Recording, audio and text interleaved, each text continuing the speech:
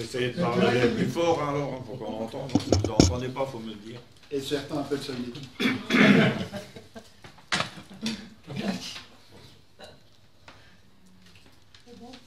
C'est bon? Allez. Ok, donc bonjour à toutes et à tous. J'ouvre cette séance du conseil municipal en souhaitant la bienvenue aux conseillers présents, aux représentants de la presse, ainsi qu'aux auditeurs présents dans la salle. Je vous rappelle que les conseillers ont été régulièrement convoqués à cette séance selon l'invitation du 23/5/2023. Je vais à présent procéder à l'appel des conseillers par ordre du tableau et citer les pouvoirs reçus. B. Jean-Marie, présent. Eret Frédéric, présent. Meyer Roche, Rachel, présent. Kili Jeannot, Présent. Muf Bichon Francesca, Présent. Falecker Olivier, Présent. Ruiz Sylvie, Présent. Bernolin Véronique, Présent. Pilot Raymond, Présent. Navia Ingrid, excusez à donner procuration à Francesca Muf Bichon, Marron Sébastien, Présent. Dubois Julie, Présent. Ferragu Daniel, Présent. Doja Marie-Christine, Présent. Bourri Catherine, Présent. Mario Muller a donné procuration et excusé a donné procuration à M. Vadel, Schlosser Alexandre, Présent. Alamadel, Présent. Schmitt Yves. Je constate que la majorité des membres en exercice assistent à la séance et que le conseil municipal peut délibérer de façon valide. Je vous rappelle les affaires inscrites à l'ordre du jour. Désignation du secrétaire de séance, délibération approuvant le procès verbal du 30 mars, délibération approuvant l'adhésion de la commune au service commun de secrétaire de mairie itinérant de la M2A, délibération approuvant le transfert de la compétence infrastructure des recharges pour véhicules électriques au profit de Mulhouse Alsace Agglomération, délibération approuvant la convention d'accompagnement et de prestations techniques entre la commune et la SPLEA, délibération approuvant le contrat de territoire Alsace à l'échelle de l'agglomération de Mulhouse avec la collectivité européenne d'Alsace 2022-2025, délibération approuvant la désaffection et le reclassement et la vente de parcelles 6, section 34, numéro 483-54, délibération approuvant la correction de la délibération numéro 3 du 12 octobre 2022 portant le montage juridique et financier de la nouvelle caserne de gendarmerie, délibération approuvant l'achat d'un véhicule électrique pour les services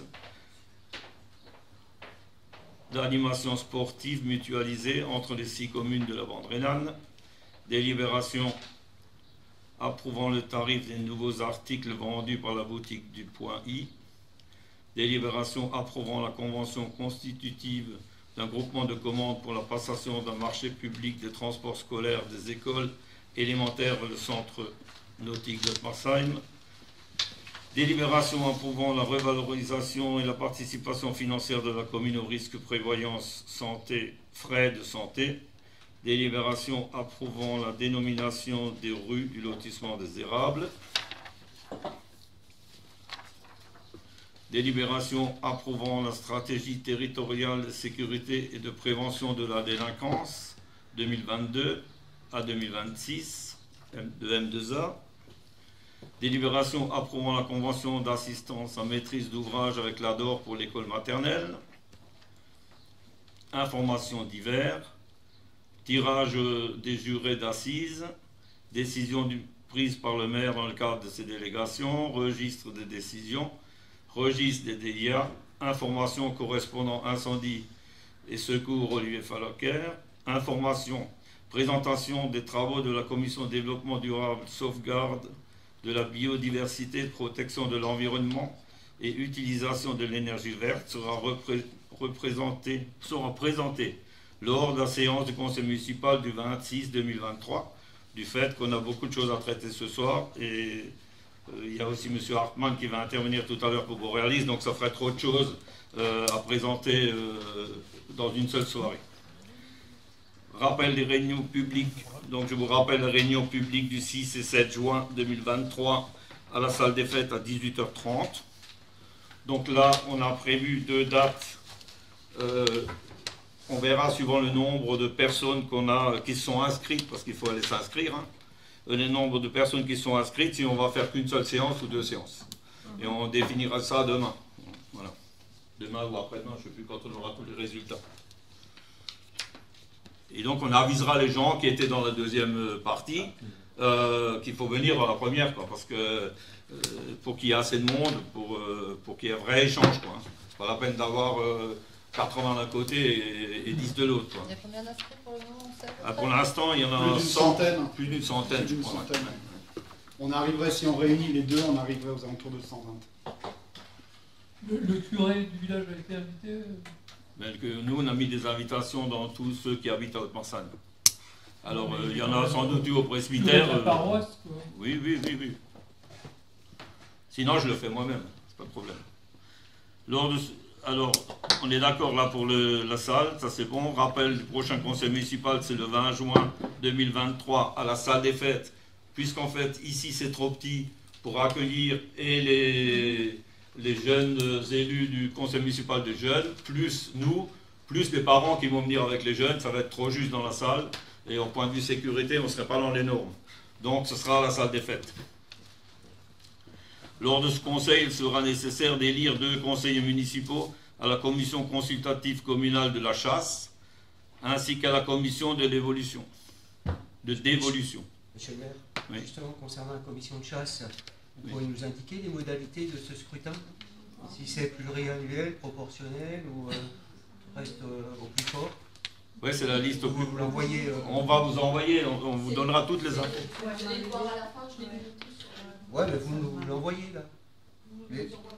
Les modalités, comment? Proportionnel au plus fort reste? Ouais, je sais pas. Si, c'est ça. Ben, ce sera affiché, mais je vais les réécrire dans le PV, ce sera tout facile. Dans ce PV là?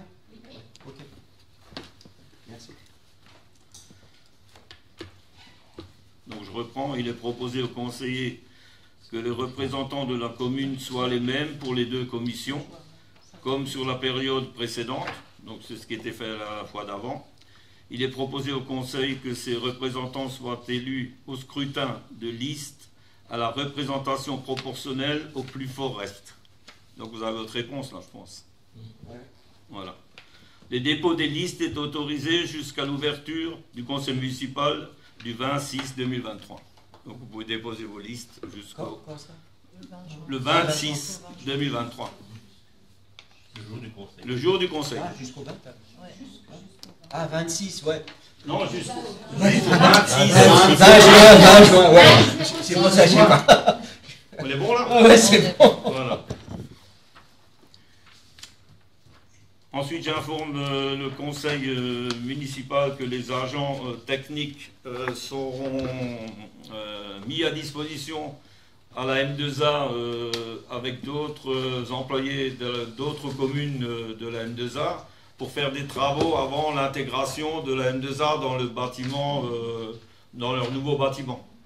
Donc ils vont faire une journée de travaux où ils ont demandé à toutes les communes de mettre à disposition des employés avec du matériel pour faire, je dirais, dehors un grand nettoyage avant qu'on change, qu'on déménage dans le nouveau quartier de la M2A.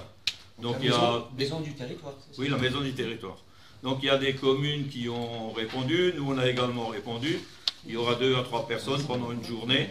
Et donc on doit vous informer. Ces gens iront là-bas. C'est aussi bon pour que ces gens apprennent à connaître d'autres personnes qui travaillent dans d'autres communes. Donc il y aura aussi un peu d'échange, pas seulement du travail. Et puis les repas seront pris en compte à midi pour que les gens mangent ensemble. Voilà. Mais je dois vous en informer. Ensuite, il y a une autre information concernant Pierre et Territoire. Ça, c'est les partenaires de HHA pour le collectif des 16 logements dans le lotissement des Érables. Ils tiendront à la ruche une permanence le 8 et le 9 juin 2023, de 10h à 18h les 2 jours. Et donc là, les gens pourront venir s'informer, voir comment ça se passe pour acquérir un logement et sous quelle forme, et quels sont leurs droits, et ainsi de suite. Et donc, ils seront disponibles ces 2 jours de 10h à 18h. Et c'est eux qui feront du boitage pour les gens du village. D'après ce que j'ai compris, c'est ça. Donc, c'est eux qui vont informer les gens du village. qui seront intéressés par ce bâtiment. Voilà, donc là, on est bon. Donc on passe à la désignation du secrétaire de séance. L'article L 2541-6 du Code général des collectivités territoriales dispose que lors de chacune de ces séances, le conseil municipal désigne son secrétaire. Je propose de désigner Francine Stigler en qualité de secrétaire de séance pour la séance du 30 mai 2023. Qui est contre? Qui s'abstient? Merci. Ensuite, l'approbation du procès verbal du 30 mars 2023. Y a-t-il des remarques? Ouais, moi j'ai concernant le compte rendu, non, mais juste j'ai un point, alors peut-être je me trompe, hein, concernant les réponses aux questions écrites, vous mettez néant. Mais en fin de compte, il y a eu 2 questions qui ont été posées, il me semble. On a répondu. Ouais, mais quand vous dites réponse aux questions écrites, néant, il y en a eu. Ah oui, il y a eu. D'habitude, vous les mettez. Mais les réponses, ils ont été distribuées avec le... Non, mais par rapport au compte rendu. Il me Ils semble. étaient dans le compte rendu. Non, ils n'étaient pas dans le compte rendu, justement. C'est pour ça que je voulais. Ah, parce qu'on a répondu à tous les... On répond chaque fois à tous les élus. Non, mais d'habitude, vous mettez les questions. Les questions dans le... D'habitude, ouais, Non, on va les mettre, c'est bon. Il y a pas Ouais, de- c'est bon. Après, réponse aux questions, disons, concernant la séance, on n'a pas pu poser de questions après la séance, étant donné que vous l'avez soulevé par rapport à l'intervention d'un conseiller, là. Donc, vous avez clôturé la séance du conseil municipal, Oui. volontairement, suite à l'intervention d'un Oui. conseiller. On n'a pas clôturé la dernière fois. La dernière? Non. Non, L'avant-dernière? non, non. C'était l'avant-dernière. Non. La dernière aussi? Ah, la dernière aussi, hein. Ok. De mémoire, hein. Non, De mémoire, hein. Ouais, ouais. Peut-être que je me trompe, hein. Non, non, vous vous trompez pas, monsieur. Donc il faudra peut-être le préciser. Merci. Non. Non, La dernière. la dernière. Non, la dernière. Non, l'avant-dernière. C'était l'avant-dernière, pas la dernière. La dernière. La dernière. Il Non. est levé, Ben, on va vous envoyer les vidéos. Là. Il me semble, hein, je sais pas, Ben, regardez les vidéos, mais il me semble que. On va regarder un peu les vidéos. Il me semble, hein, j'attire votre attention. On va regarder.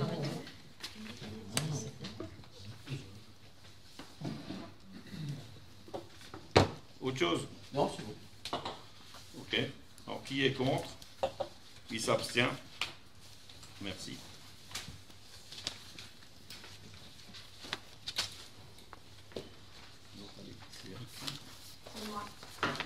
Alors, approbation de l'adhésion de la commune au service commun de Non, c'est secrétaire. bon.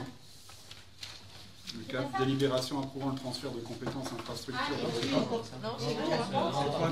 Voilà, encore. Trois, oui. On est en pleine forme ce soir. Pardon, j'arrive après. J'avais juste. C'est bon, c'est bon. Bon, je recommence. Approbation de l'adhésion On va y de arriver. la commune au service commun de secrétariat de mairie itinérant de M2A. Donc, comme indiqué dans le rapport, M2A a décidé de créer, par sa délibération du 27 juin, un service commun de secrétariat itinérant. Donc, pour les communes membres de l'agglomération. Donc, c'est surtout pour pallier au remplacement d'agents dans les petites collectivités et pour pouvoir effectuer le travail urgent, le temps soit d'un remplacement, soit le temps d'un congé de maladie. Voilà. Donc ça n'engage à rien, puisque les communes qui voudront utiliser ce service auront d'abord un devis chiffré, et c'est seulement en signant ce devis qu'elles prennent la prestation. Donc cette délibération n'engage en rien financièrement, c'est juste la signature de la convention. C'est partenariat. Voilà. Est-ce que vous avez des questions? Ouais, moi, j'en aurais deux dont une, j'ai la réponse par rapport à la prise en charge, donc c'est bien les communes qui seront à charge de ce personnel-là s'ils sont sollicités. Oui, pour la commune. si elles sont sollicitées. Après, quel type Uniquement dans les périodes où elles sont sollicitées. Tout à fait. Voilà. Quel grade est concerné alors par rapport Attaché, le grade d'attaché. D'attaché. Oui. Ah, d'accord. Au premier échelon, c'est marqué, je crois, dans la... Ouais. Oui, c'est marqué dans la convention. Ah, ouais. C'est marqué dans la c'est convention. une question. Après, plus pragmatique, c'était quand la semaine dernière, on a eu une réunion avec la présentation du plan de sauvegarde de la commune. Mhm. Comment vous allez intégrer ces gens-là s'ils sont en mission sur une période donnée? Ben, ils sont pas forcément intégrés. Après, tout dépend. Je ne sais pas, c'est une question que je me suis posée. Tout dépend. Est-ce que vous les intégrez ou pas? Ils sont au minimum là 3 heures. Non, mais C'est minimum après, tout dépend les fonctions qu'ils vont remplacer. C'est sûr. Et puis, de toute façon, dans le plan de sauvegarde, il me semble qu'il y a des titulaires et des suppléants. Donc, il y aura toujours un personnel. C'était une question. Un personnel de la mairie. Voilà. Il y a un titulaire, un suppléant. Si vraiment le titulaire, ça devrait être la personne qui est remplacée, c'est le suppléant qui prendra le PCS. Voilà. C'est bon? Plus de questions? Donc, je vous propose, si ces dispositions recueillent votre agrément, de décider d'adhérer au service commun de secrétariat de mairie itinérant créé par Mulhouse Alsace Agglomération, approuver les termes de la convention régissant le service commun de secrétariat de mairie itinérant et ses annexes telles qu'annexées, autoriser Monsieur le maire à signer tous les documents nécessaires à l'exécution de la présente proposition. Qui est contre? Qui s'abstient? Merci. C'est bon, je peux y aller? Alors, approbation du transfert de la compétence infrastructure de recharge pour véhicules électriques au profit de Mulhouse Alsace Agglomération. Rapport numéro 2023 MG002. Je ne vais pas tout vous relire.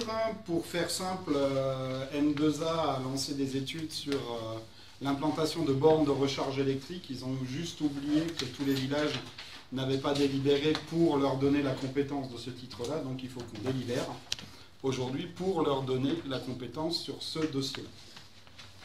Il y en a combien dans le village actuellement? Il y en a. Non, Actuellement, il n'y en a pas. En Il y en a pas. prévision, Si, il y en a une à la maison de santé. Il n'y a que celle de la maison de santé. Il y en a une à la maison de santé et il y en a une à la piscine, qui appartient à la M2A, à la piscine. D'accord. Mais ces deux-là ne sont pas pris en compte, Ok. d'après ce que moi j'ai entendu. Donc en fait, il y aura une borne par village dans un premier temps, et je pense les grandes villes, peut-être 2 ou 3. Hein. On ne va pas comparer Haute-Marseille à Mulhouse ou Kingersen ou Wittenheim. Mais en fait, M2A va faire cette opération-là, et ensuite, on aura un montant forfaitaire si on veut en rajouter pour rajouter d'autres bornes. Et la borne, parce qu'on avait parlé lors du budget primitif, vous avez installé une borne à vélo, donc c'est intégré dedans ça ou pas? Non, c'est la rénovation c'est pour des véhicule, Ah, uniquement véhicule. D'accord. Ça viendra peut-être par la suite, mais pour l'instant, c'est que des bornes véhicules. Donc je vous propose, si ces dispositions recueillent votre agrément, d'approuver le transfert volontaire de la compétence infrastructure de recharge pour véhicules électriques à Mulhouse Alsace Agglomération et autoriser Monsieur le maire à signer tous les documents nécessaires à l'exécution de la présente proposition et à transmettre la présente délibération au président de la M2A.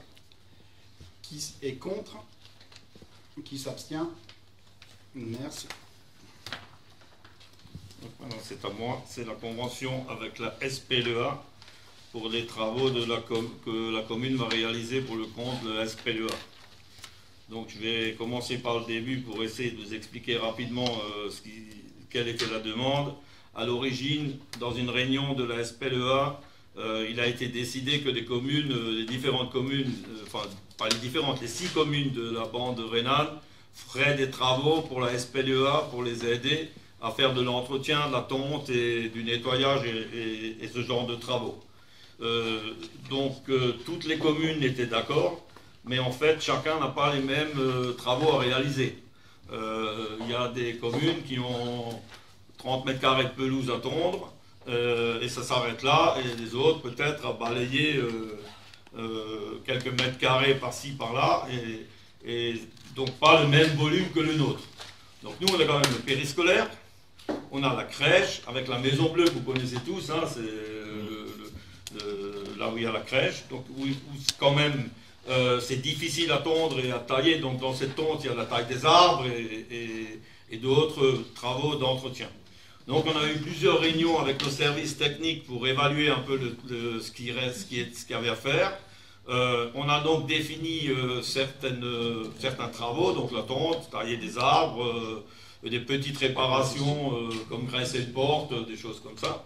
Et en fait, il y a aussi en hiver le déneigement, si nos priorités de la commune sont terminées. Je veux dire, on a dans le déneigement un plan de déneigement qui délimite des zones dans lesquelles on doit intervenir en premier pour sécuriser l'accès. Et donc, si ces premiers points sont réalisés, on peut aussi faire du déneigement dans ces zones-là pour aider. Donc, là où nous, on n'était pas d'accord, c'est qu'en fait, ce n'est pas le même volume. Nous, on a quand même presque 3 ou 4 fois plus que tout ce que les autres communes ont, avec 2 sites différents. Donc, en fait, c'est quand même assez compliqué pour... voyez, je peux vous donner quelques trucs. À la crèche, la tonte, ça fait une surface de 1775 mètres carrés. C'est pas rien, quoi. Hein. Et le périscolaire qui est situé rue des Vergers, c'est 5000 mètres carrés. Il y a 210 mètres linéaires de haies à tailler. Donc ça représente au total dans l'année 250 heures de travail sur les 2 entités, hein, les 2 entités ensemble, 250 heures de travail, dont un tiers, je dirais un tiers, c'est le périscolaire, et les 2 autres tiers, c'est la maison bleue. Je dis maintenant la maison bleue, comme ça tout le monde sait où c'est. Donc ce que nous on a proposé, parce que forcément là ça grinçait un peu des dents, parce que nous on ne voulait pas tout faire gratuitement, parce que je trouve que ce serait injuste vis-à-vis, c'est pas, comment je veux dire, c'est pas équitable par rapport à d'autres, mais on veut aussi faire quelque chose parce qu'on est tous conscients que nos enfants sont également dans ces bâtiments-là. Donc, ce qu'on a décidé, en commun accord aussi avec nos ateliers, parce qu'il fallait aussi qu'on leur pose la question si ça va aller. On a d'ailleurs déjà fait depuis 2 mois des essais, hein, ça tourne bien, hein, on arrive à le faire. Hein.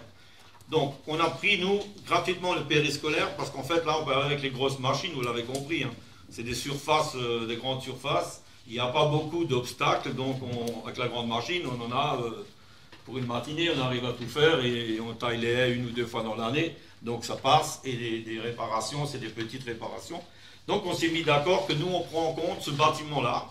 Donc, je dis bien des petites réparations, c'est graisser une serrure, visser quelque chose, un porte-manteau qui est défait ou des choses comme ça. Hein.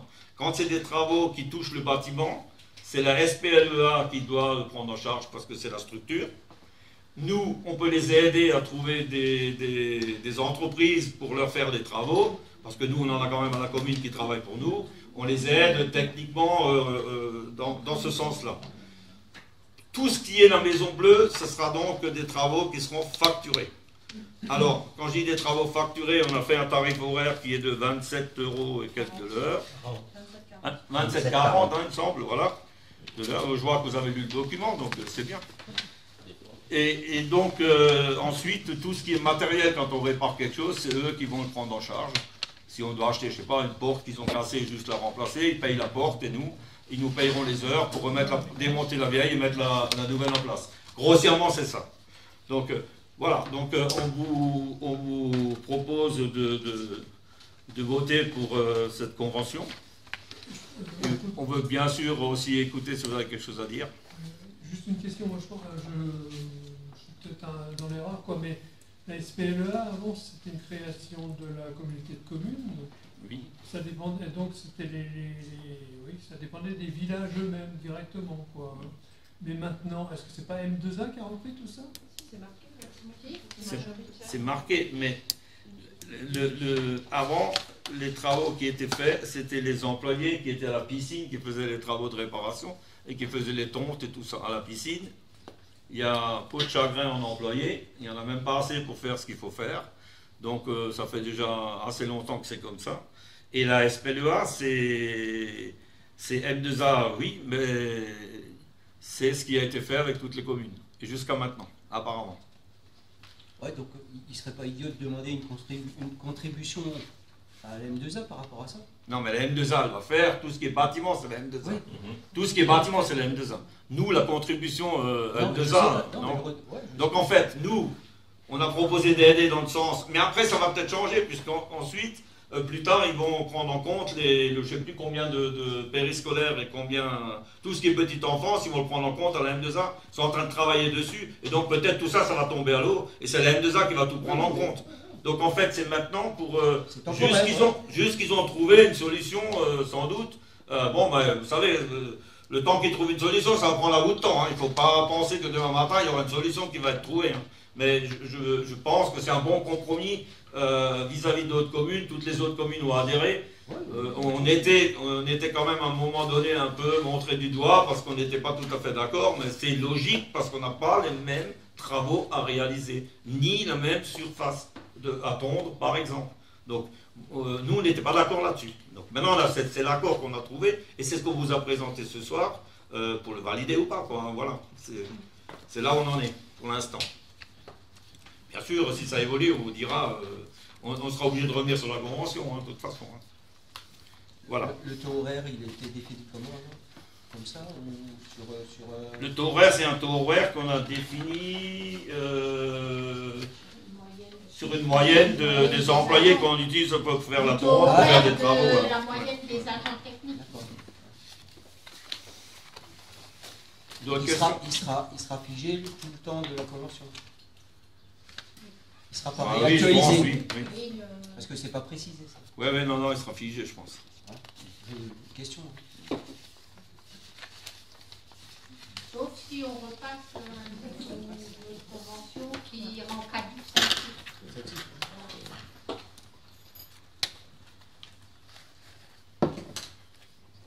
Voilà. D'autres questions, non? C'est bon? Proposition, je vous propose, si ces dispositions recueillent votre agrément, d'approuver les modalités de convention telles qu'annexées, d'autoriser monsieur le maire à signer tous les documents nécessaires à l'exécution et à la présente proposition. Qui est contre? Qui s'abstient? Merci. Sylvie, c'est à toi. Approbation du contrat de territoire Alsace à l'échelle de l'agglomération de Mulhouse avec la collectivité européenne d'Alsace 2022-2025, rapport 2023, fin 02. Monsieur le maire nous informe de la mise en place par la collectivité européenne d'Alsace d'un contrat territoire Alsace à l'échelle du territoire agglomération de Mulhouse pour la période 2022 à 2025. Le contexte.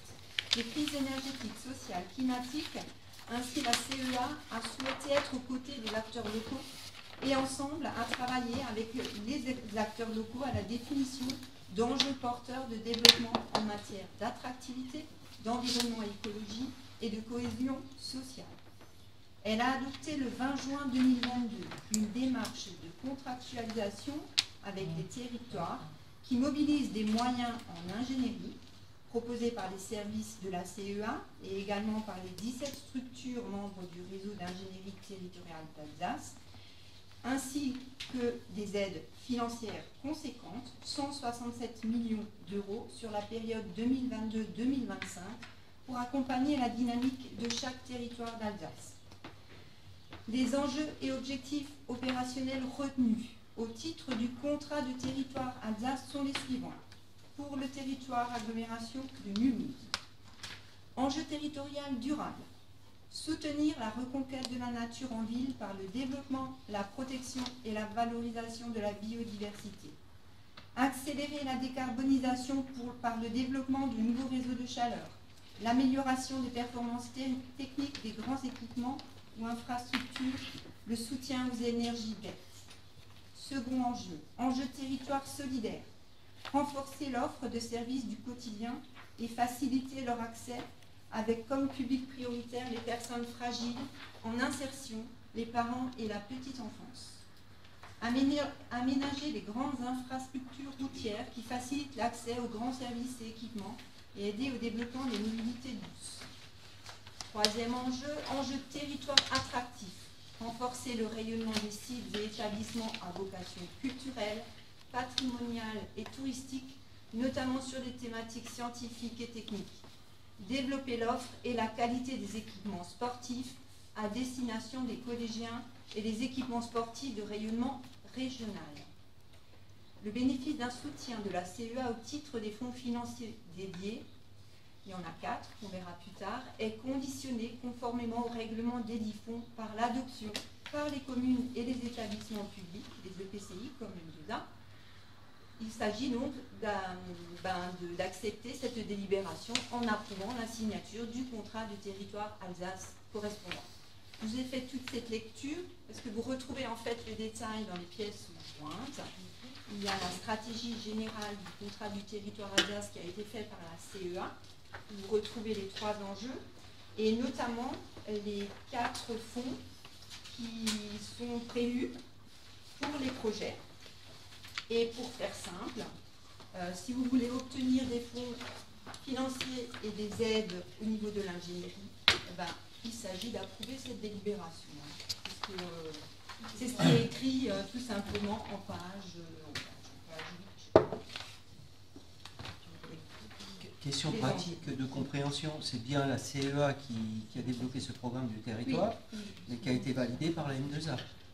En fait, la CEA, elle a rencontré, il y a 7 territoires en Alsace. La CEA, elle a fait le membre, il y a des gens qui sont dédiés, a rencontré chaque territoire. Dont l'agglomération de Mulhouse. Ouais. Le plan pour le territoire d'Alsace, agglomération de Mulhouse, je l'ai joint, et il est détaillé. Ouais.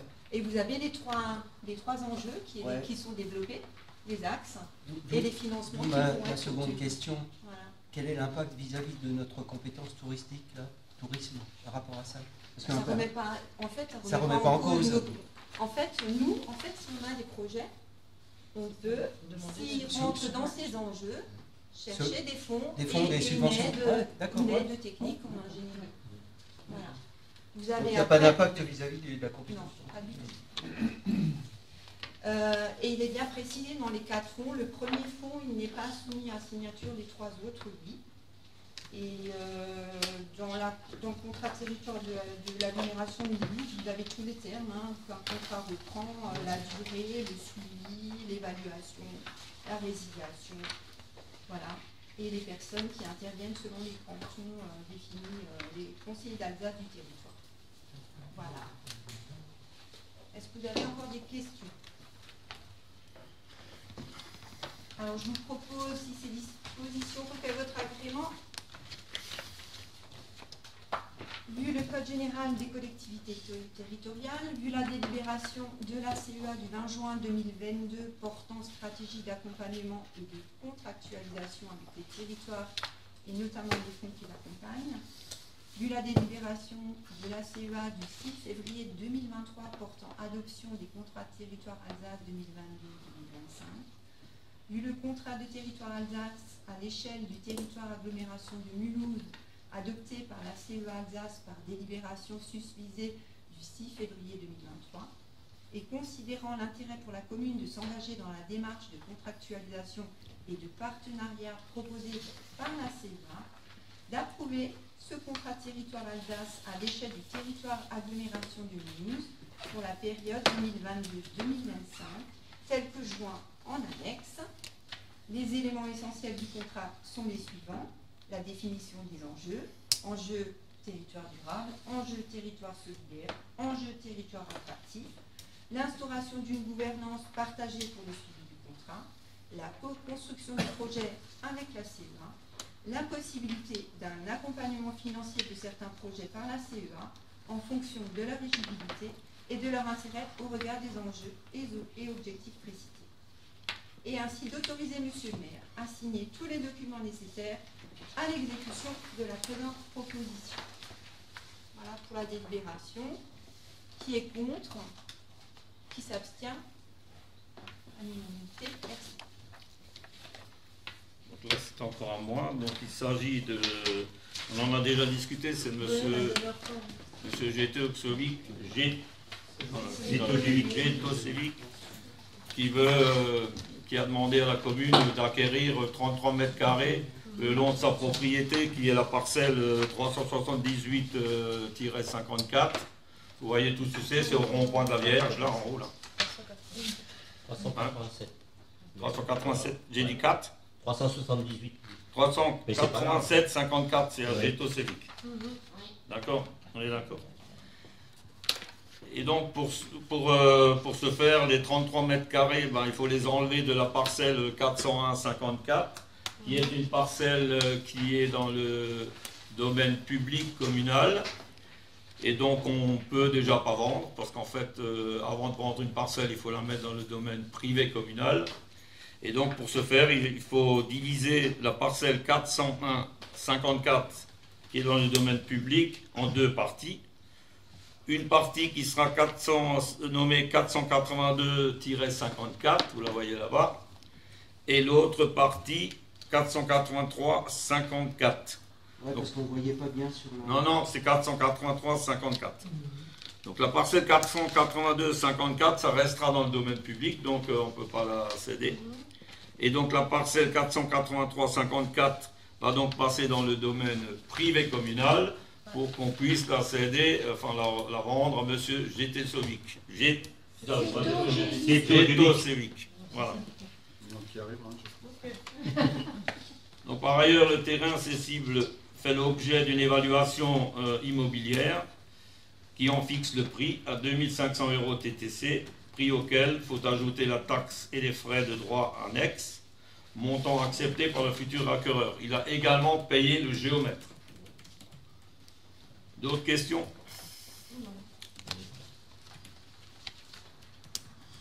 Donc, proposition, je vous propose, si ces dispositions recueillent votre agrément, de constater la désinfection de la parcelle 483-54, 6 section 34 à Haute-Mansheim, prononcer le déclassement du domaine communal de la dite parcelle, constater que la dite parcelle fait désormais partie du domaine privé de la commune, autoriser le maire à signer les actes de vente concernant cette parcelle ainsi que tout acte nécessaire à l'effet des présentes ou des conditions présentées ci-dessous. Qui est contre? Qui s'abstient? Merci. Donc on va encore passer dans une autre parcelle. Alors là, on en a déjà parlé également. C'est la parcelle de la gendarmerie. Donc on avait déjà une délibération du 12 octobre 2022 qui fixait le nombre de parcelles qu'on va céder à Chacha pour la construction de la nouvelle gendarmerie. Et on avait également approuvé que la commune se porterait garant des prêts, se portait caution pour la totalité des emprunts de l'OPH nécessaires pour cette réalisation de projet. Donc, il a fallu, pour finaliser ce dossier, faire une modification sur le périmètre de cette parcelle, puisqu'en fait, dans un angle de cette parcelle, il y avait un luminaire. Alors, on n'a pas l'ancienne parcelle, hein, mais je vous donne le numéro, là. Voilà.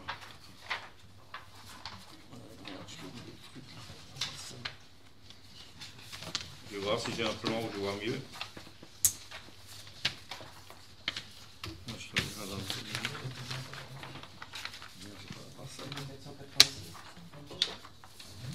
Donc la parcelle. 487, 34. Ah, je l'ai, peut-être là. Oui, en fait, ça fait un petit triangle, c'est la 486-34. Là-dessus, il y avait un lampadaire, là, en fait. Enfin, juste au bord du chemin. Et on ne peut pas vendre un terrain sur lequel s'il y a un lampadaire sur le terrain, donc il y a une... J'arrive pas à trouver le nom. C'est du domaine public, donc on ne peut pas vendre le domaine public. On l'a vu tout à l'heure dans ce qu'on a dû changer. Donc en fait, on a refait le périmètre du terrain qu'on va céder à Chacha, qu'on va vendre à Chacha, pas qu'il y ait d'ambiguïté. Et donc on enlève cette parcelle, si vous voyez, ça fait ce trait rouge maintenant avec le triangle là. Donc comme ça va faire un rectangle en fait. Voilà. Et donc il y a une différence de 58 ou 59 mètres carrés de mémoire entre les deux. Et donc il faut maintenant redélibérer sur cette modification, tout en sachant que la différence de terrain, puisqu'ils en ont 50 ou 59 mètres carrés en moins, le prix de vente que va nous donner HHA restera le même. Et ça a déjà été délibéré chez HHA. Donc voilà. Il faut juste qu'on délibère sur le périmètre. C'était 150 000, c'est ça? Oui, c'est ça. Donc, mais ça reste. C'est pas, normalement, on aurait pu dire il faut enlever parce qu'on enlève. Il y a un peu de surface en moins, mais en fait, ça a été délibéré parce qu'il fallait que ce soit délibéré par HHA. Ça a été délibéré par eux. On garde le même prix. On valide juste le périmètre. Voilà. D'autres questions? Ouais, on parle de gendarmerie. Est-ce que vous avez travaillé sur l'avenir de l'ancienne gendarmerie? Non, pour l'instant pas. D'accord.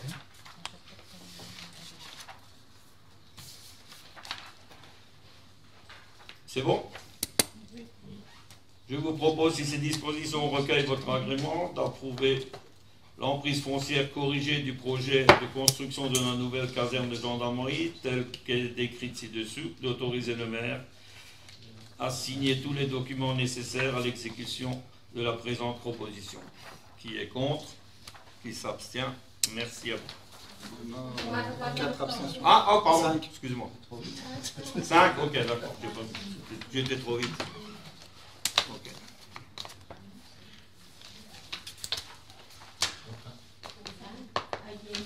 Une procuration.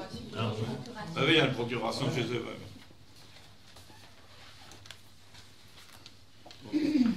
Alors, approbation de l'achat d'un véhicule électrique pour le service animation sportive mutualisé entre les 6 communes de la bande rhénane. Donc les 6 communes de la bande rhénane ont souhaité le remplacement du véhicule thermique de l'animateur sportif mutualisé par un véhicule électrique afin de s'inscrire dans une logique de décarbonation du parc automobile. Donc ce véhicule sera utilisé donc par l'animateur sportif qui intervient dans les écoles. De plus, une demande de subvention sera effectuée au titre du Fonds climat nouvelle donne environnementale de la M2A par le biais d'une signature de la convention.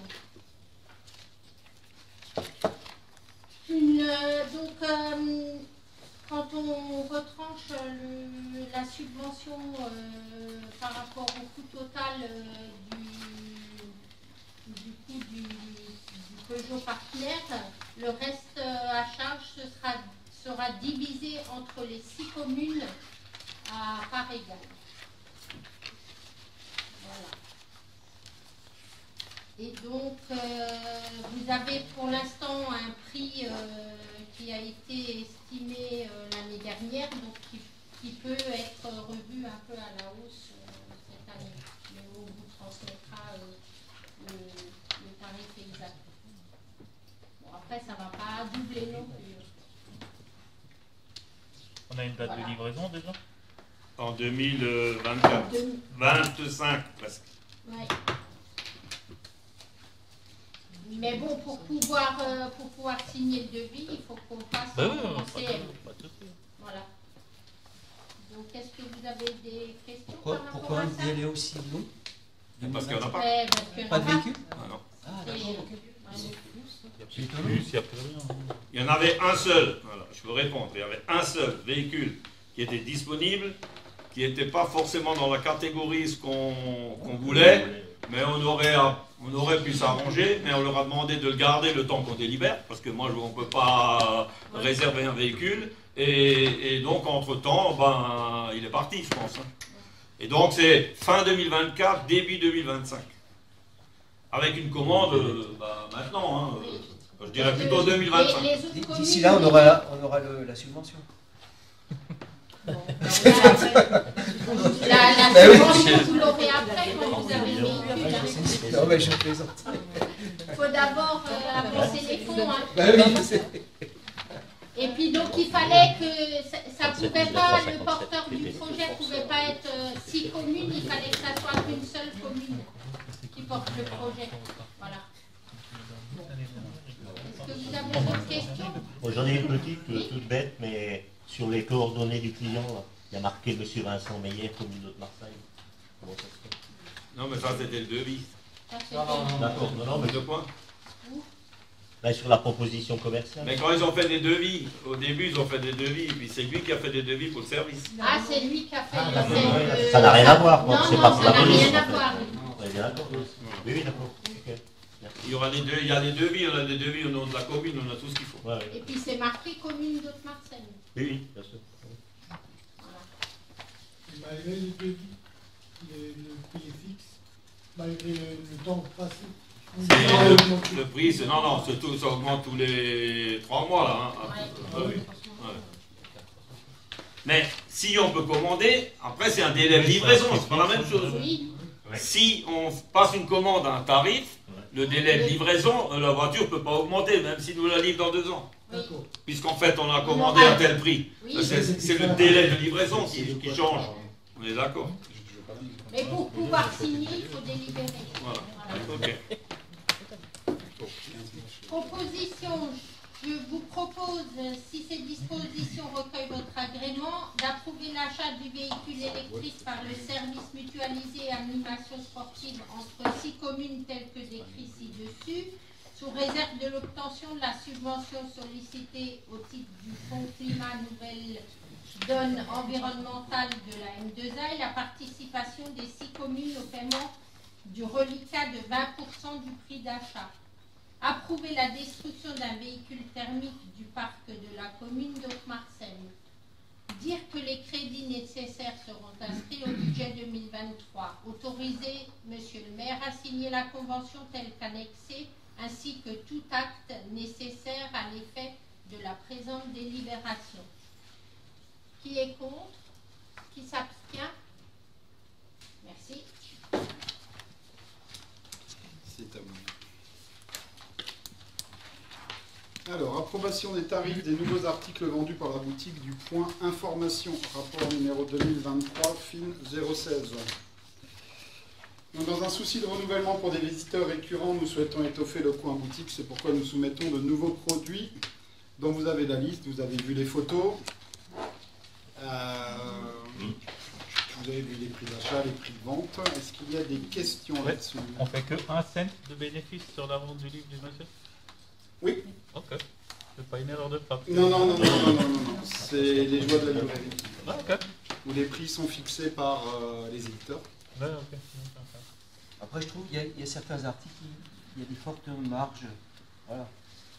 Bon, comme ça, en lisant. Hein. La majorité des prix de vente sont fixés par les fabricants eux-mêmes.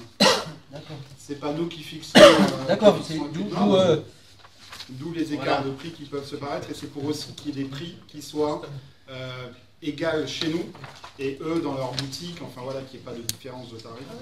Pour le prochain budget, donc l'année prochaine, ça serait possible d'avoir un bilan comme ça des ventes. Pour Ce cette serait année, intéressant il était très court. Hein, cette année, il était très court. Ouais, non, mais l'année pour prochaine, l'année prochaine, c'est prévu. ouais, Ouais, ça serait bien. c'est prévu.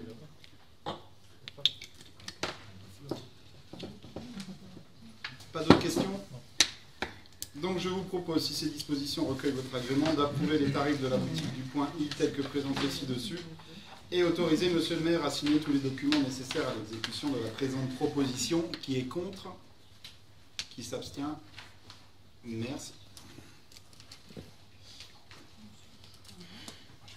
Approbation de la convention constitutive d'un groupement de commandes pour la passation d'un marché public de transport scolaire des écoles élémentaires vers le centre nautique de Marseille, rapport 2023, FIN 017.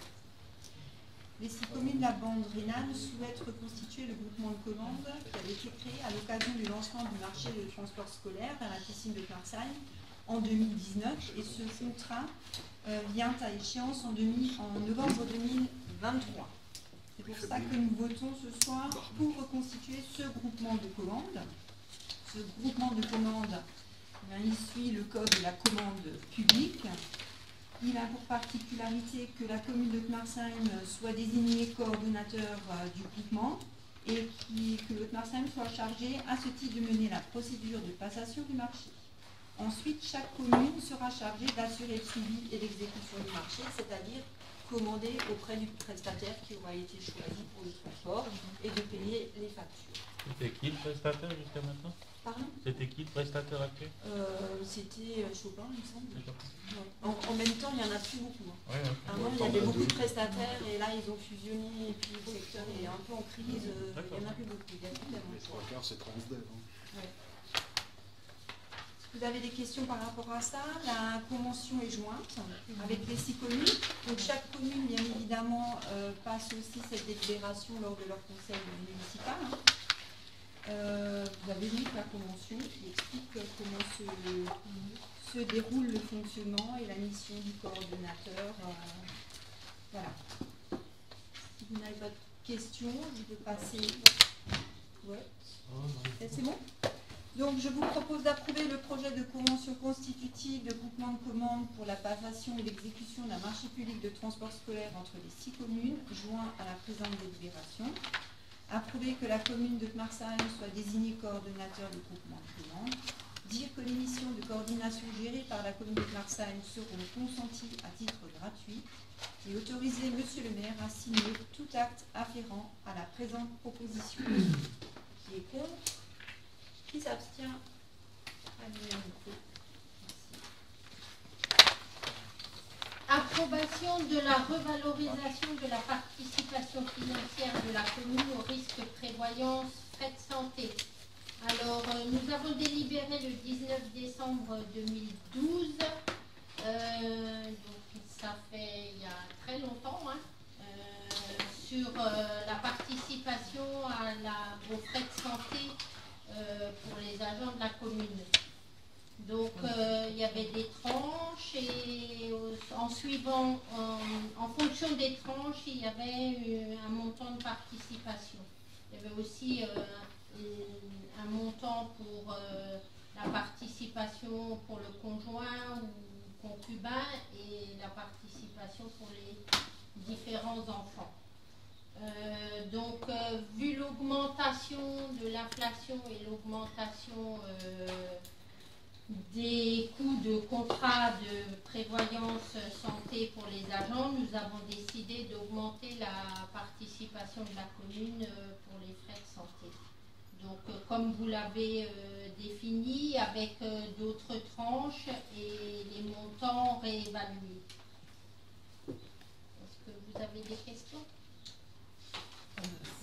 Cette mesure, en l'occurrence, elle n'aurait pas dû être passée dans le budget primitif qu'on a voté Il était prévu. C'était prévu dedans? C'était prévu. Ok.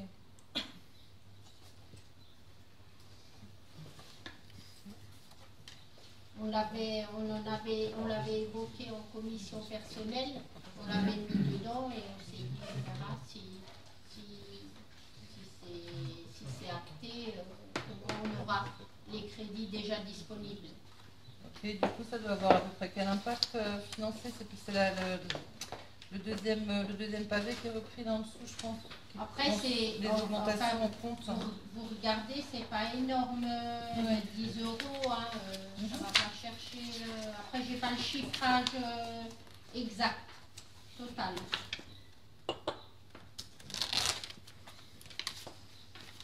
Mais après, c'est vraiment un coup de pouce important pour que les agents prennent un contrat. Parce que tout le monde n'a pas forcément de contrat et pour que tout le monde puisse accéder aux soins. Est-ce qu'il y a d'autres questions? Si. Alors, proposition, après en avoir délibéré en séance du conseil municipal, d'approuver la réactualisation de la participation financière de la commune pour le risque complémentaire santé. Fixer le montant mensuel et forfaitaire de la participation financière pour le risque complémentaire frais de santé de la commune à tranche 1, jusqu'à 25 000 euros net annuels, 30 euros mensuels. Tranche 2, entre 25 000 et 38 000 euros net, 23 euros mensuels. Tranche 3, plus de 38 000 euros net, 15 euros mensuels. Pour l'adhésion du conjoint ou concubin, 8 euros par mois. Pour l'adhésion des enfants plafonnés à 3 ans, 3 enfants, 8 € par mois par enfant jusqu'aux 25 ans de l'enfant, pour les enfants étudiants rattachés au foyer fiscal de leurs parents. Approuver le projet de règlement modifié joint en annexe qui établit les modalités de versement de la participation de la commune au titre du risque complémentaire santé. Indiquer que les crédits nécessaires sont inscrits au budget. Autoriser Monsieur le maire à signer tous les documents nécessaires à l'exécution de la présente proposition. Qui est contre? Qui s'abstient? Merci.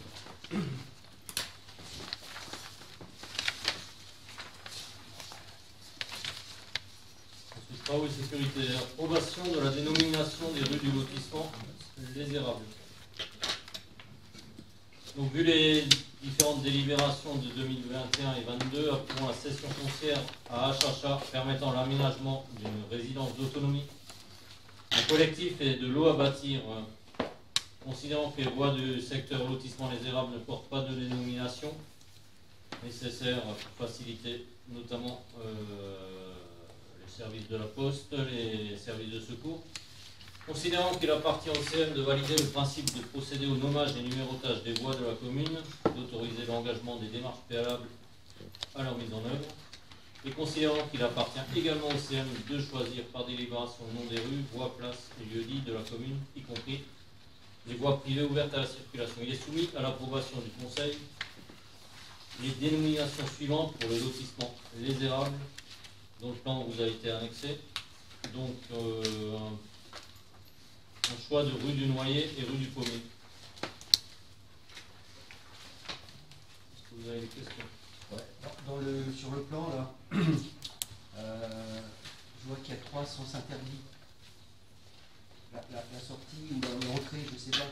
Les sens interdits, donc, est-ce que vous pouvez nous expliquer le sens de circulation? Parce que sur la photo, on peut considérer soit on ne peut pas sortir ou on ne peut pas rentrer. Il y a 2 possibilités.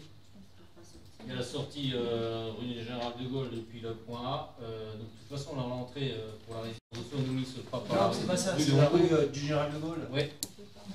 Devant. On ne va pas rentrer par là. Si. On va pas sortir. Oui, et l'autre sortir. Donc ça veut dire qu'on rentre par là? On rentre d'un côté, on peut sortir de l'autre. Ouais.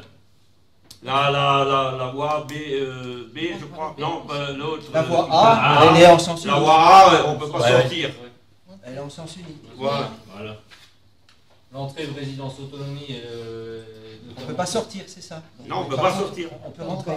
Oui, on peut rentrer. Et on peut sortir sur la voie B.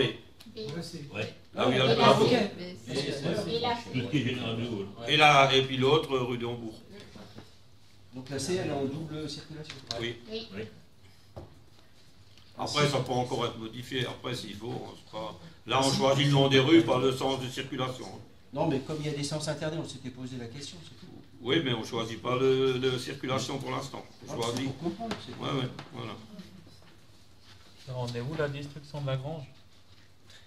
Ah, c'est bon, il a jusqu'au 15 Ah, septembre. Ah, c'est 15 septembre. Il a démonté toute la grue. Oui, ça j'ai vu, mais c'est pour ça voilà, que. c'est déjà bien. Ça avance. Ça fait des années qu'on. Ça fait bizarre sans la grue. Enfin, et jamais personne n'est arrivé à la faire démonter. Donc. Maintenant, on est arrivé à la faire démonter, c'est déjà pas mal. J'arrive au salon et on avance. je découvre ma vue qui a changé, je n'ai plus la grue. Trop content. Donc je reviens sur la proposition. Si ces dispositions recueillent votre agrément, de procéder à la dénomination des voies de la commune. Adopter la dénomination rue du Noyer, rue du Pommier, conformément au plan annexé à la présente délibération. Chargé, monsieur le maire, de procéder à la numérotation des immeubles de ce secteur et l'autoriser à signer tous les documents nécessaires à l'exécution de la présente proposition. Qui est contre? Qui s'abstient? Je vous remercie.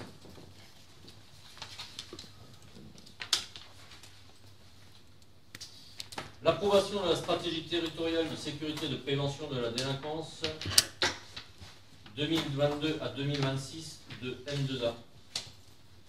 Donc vous avez eu tous les documents, donc il est dressé un tableau de bord de la délinquance et autres pour la M2A sur l'ensemble des communes qui sont gérés ou par la police nationale ou par la gendarmerie. Donc la stratégie territoriale de sécurité et de prévention de la délinquance de M2A conclue pour la période 2017-2020 est arrivée à échéance. Elle a été prorogée, notamment à l'arrivée au recrutement d'une chargée de mission au cours d'année 2022. Et donc les axes prioritaires qui ont été choisis par la M2A pour les plans délinquance 2022 à 2026 sont protéger les jeunes et prévenir la délinquance. L'axe 2, prévenir des violences intrafamiliales et violences faites aux femmes et aller vers les publics vulnérables.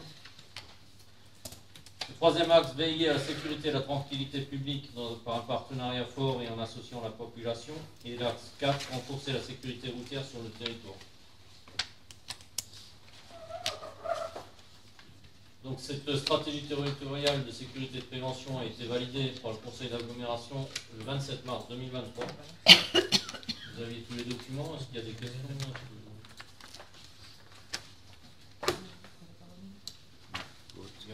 Dans quelle mesure on est concerné, nous, sur votre Marsam, juste à titre d'info, hein, on a des gros soucis par rapport à tout ça. Est-ce que... Et derrière, comment ça sera décliné, en fait, en fonction des communes? Donc c'est M2A qui... Oui, M2A me propose notamment des réunions régulières, par exemple pour la sécurité routière, avec toutes les communes concernées. Donc voir les axes qui vont être choisis pour comment sécuriser. On nous parle beaucoup, par exemple, de radars préventifs, radars de vitesse préventive dans les communes, de choses comme ça, quoi. Et donc ça sera un suivi. D'accord, sur la sécurité. Ouais, sur la sécurité routière, mais c'était plutôt par rapport aux trois autres axes, en fait.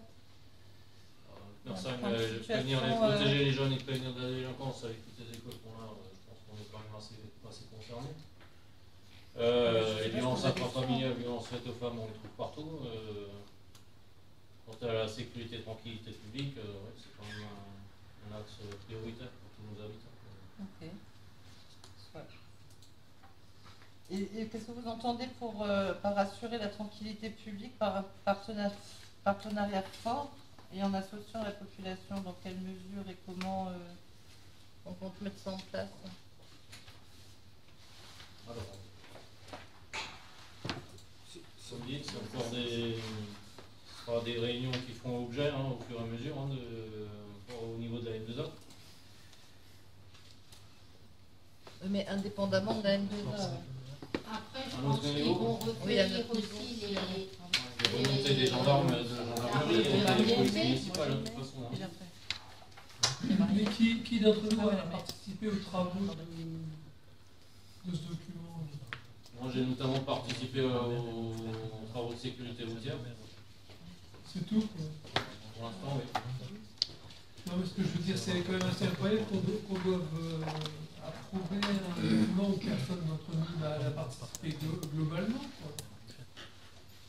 Je comprends pas pourquoi il faut faire ça. En fait, les remontées, le document, pour l'instant, c'est une base, c'est un tableau de bord de ce qui est constaté sur les niveaux de délinquance par les gendarmeries, les polices municipales et nationales. En fait, le constat avec le tribunal, c'est au niveau M2A, quoi. Et après, c'est travailler avec les communes pour améliorer. Ensuite, ils viendront vers les communes, je pense. On travaillera avec eux. Si vous savez pas répondre à ça clairement, quoi. D'abord, il faut l'état des lieux. Après l'état des lieux, on prend des décisions. De toute façon, c'est un plan d'action. C'est un plan d'action. En fait, il faut déjà un état des lieux pour faire un plan d'action. C'est un renouvellement du plan actuel, quoi. Oui, c'est un plan qui existe déjà. Avant qu'on ait c'est ça qu'on comprend pas. La délinquance évolue au fur et à mesure, c'est sur des périodes assez longues, donc ce qui a été constaté en 2017 n'est plus forcément vrai en 2023.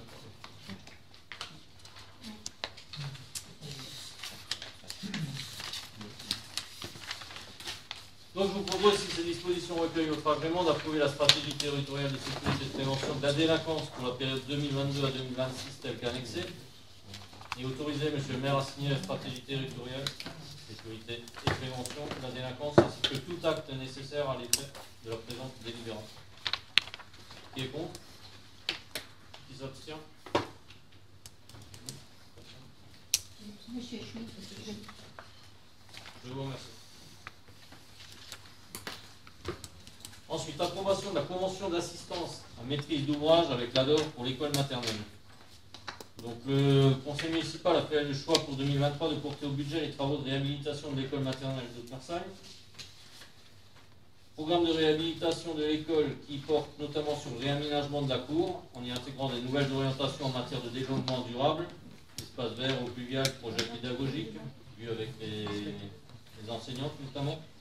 Et sur le bâtiment, en tenant compte du diagnostic énergétique, chauffage, isolation thermique des murs, extérieur, menuiserie, extérieur, isolation horizontale de la dalle, du rez-de-chaussée. Et à cela s'ajoute aussi la couverture étanchéité qui sera effectuée afin de déterminer les travaux à réaliser. Donc pour la réalisation de ce programme de réhabilitation, la commune souhaite faire appel à une assistance à maîtrise d'ouvrage. Elle a donc sollicité son partenaire, l'ADO, par le biais de la convention ci-jointe que vous avez pu découvrir. Vous devrez faire les travaux quand? Alors, pour l'instant, on fait déjà les... L'étude, on voudrait la faire quand? Cette année, c'est prévu les études. Les études seront faites cette année. Ça a été voté au budget. Oui, je me souviens, c'est juste qu'on avait une date déjà. Après, on verra en fonction des résultats.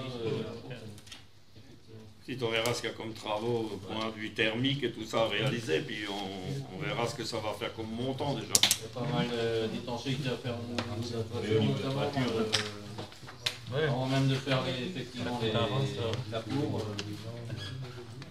Problème d'isolation, chaleur en été et compagnie. Okay. Donc les études seront faites cette année. Du coup, je vous propose, si c'est disposition. Une petite question par rapport au partenariat à l'assistance à maîtrise d'ouvrage avec l'ADOR, avec qui on travaille régulièrement, si j'ai bien compris. On a une convention avec l'ADOR. D'accord, qui inclut ce genre, qui inclut ça en fait. Oui, oui. D'accord, donc il n'y a pas d'autres appels d'offres à faire par rapport à ce genre de. Non. D'accord. Vous avez d'autres questions?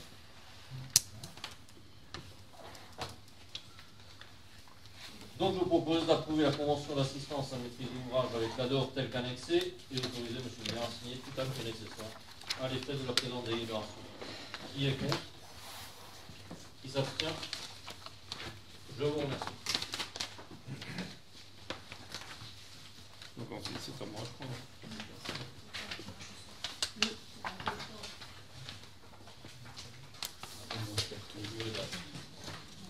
Donc en fait vous avez vu le tableau des préemptions.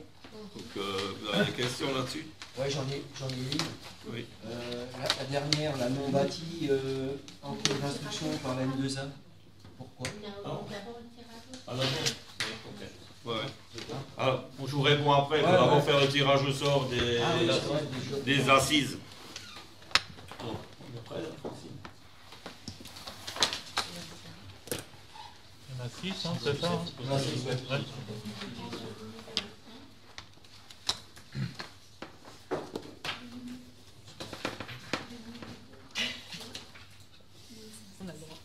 Il faut qu'on tire des numéros entre le numéro 1 et le numéro 1505. Voilà.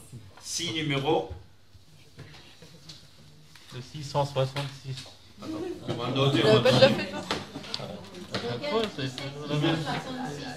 c'était pas la même. Non, mais c'est... Ça fait vraiment le diable. D'un autre côté, c'est pour les assises, donc c'est pas trop mal joué. C'est qui? Est-ce qu'il a l'âge? Non. Non. C'est une question. C'est qui? S'il est dessus, il a l'âge. Jagic Julien. François Christian. Jagic Julien.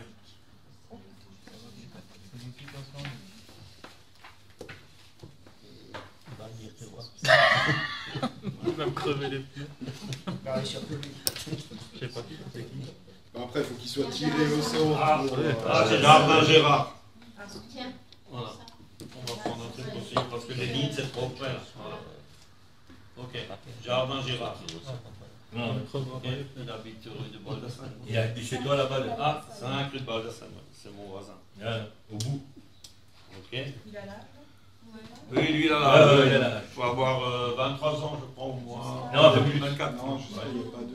23, si, 23 ans en 2024. Oui, mais c'est en haut, il n'y a pas de... Après, en haut, c'est 70. groupements, Ben, bon, au-dessus, voilà. Allez, on continue. 412. Hein 412. 412. Vous avez tous vu votre carte d'électeur avant ou pas? Non, pour éviter de s'appeler, quoi.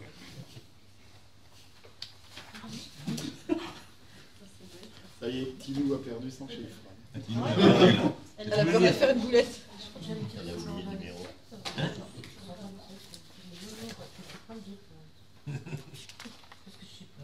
Ça prend un peu de temps. On a déjà donné la dernière fois. Non, moi j'ai pas de 412 ici. Oh merde. Mais là, il y a vraiment ça. Mauvaise pioche. Il n'y en a pas. Ah. T'as tout faux. Un autre. Il est décédé. Un autre. 1049. 1000. 1049. 1049. Si, mais ça rappelle plus.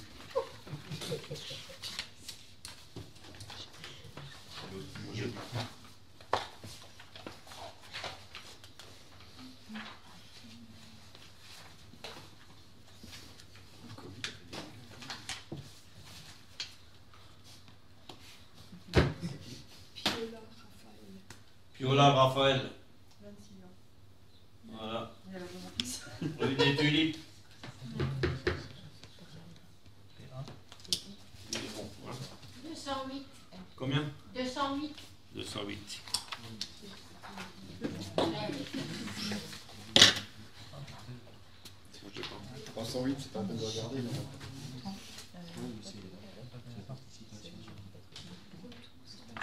Redoux Sébastien. Ah, maintenant on a la liste avec le bon âge. Qu'est-ce qu'il manque encore? Encore 3.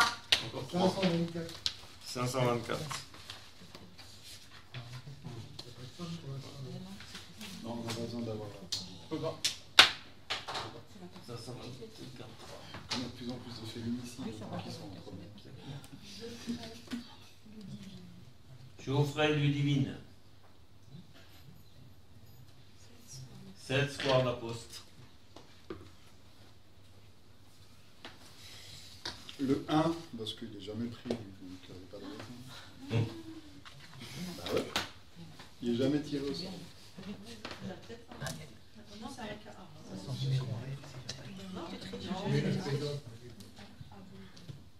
Non, non. Abed Véronique.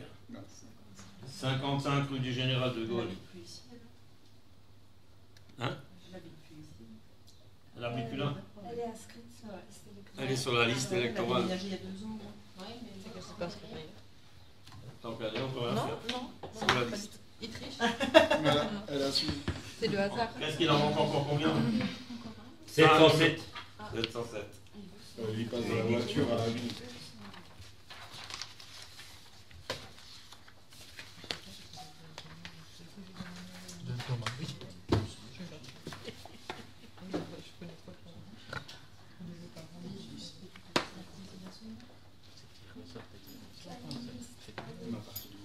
Leidinst Valérie. 14 rue Alphonse Daudet. Voilà, on a tout le monde. Ok. Voilà. Donc, monsieur Vadel, je réponds à votre question. C'était quoi la question? Ah, la question de la Le nom bâti. pourquoi la M2A en cours d'instruction par la M2A? Ben, c'est normal parce que la M2A, je pense que c'est le terrain qui va à la voie douce, qui longe le périscolaire, le numéro 300. Il me semble que c'est ça la parcelle 300. Ouais. C'est en fait un côté du périscolaire, le côté sud du périscolaire, c'est à la commune de Haute-Marsheim. Et le côté... non, l'inverse. Non, l'inverse. Le côté nord, c'est à la commune de Haute-Marsheim, et le côté sud, le terrain va jusqu'à la clôture du périscolaire, et c'est M2A jusqu'à la clôture. Et c'est là où on va faire la voie douce. C'est pour ça. Donc c'est une délibération, il y en a deux à faire, une entre nous et une nous tout seuls. Voilà. Donc ça veut dire on vend le terrain alors? Non? ce terrain-là. Si on ne le vend pas. Non, non. Ils vont préempter là, non? Non. Le terrain, ils nous l'ont donné au franc symbolique. Ah, d'accord. Mais il faut faire les démarches. À l'euro symbolique. Ah, d'accord. C'était convenu comme ça. Voilà. C'est bon? J'ai répondu. Oui, oui.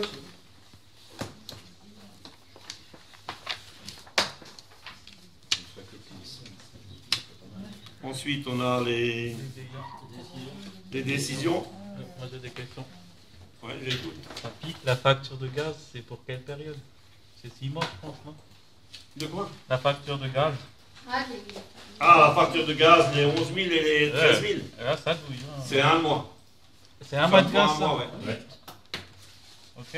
Et la rénovation de l'éclairage public, ligne 46, ça concerne quel bâtiment? La rénovation éclairage, c'est pas d'éclairage public du tout. C'est quel bâtiment? Ça, c'est l'éclairage public du quartier de l'école maternelle, école primaire. C'est le remplacement des têtes de lampe. Okay. Les 42 000 euros.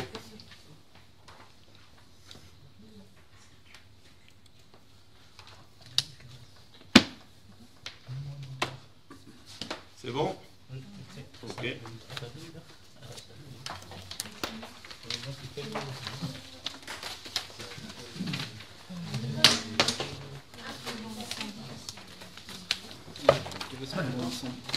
Hein? Olivier? Correspondant à l'incendie. Alors, ouais. Donc, ce qui a été réalisé depuis le dernier CM, le 29/4/2023, donc atelier de secourisme pour le conseil municipal, c'est inscrit.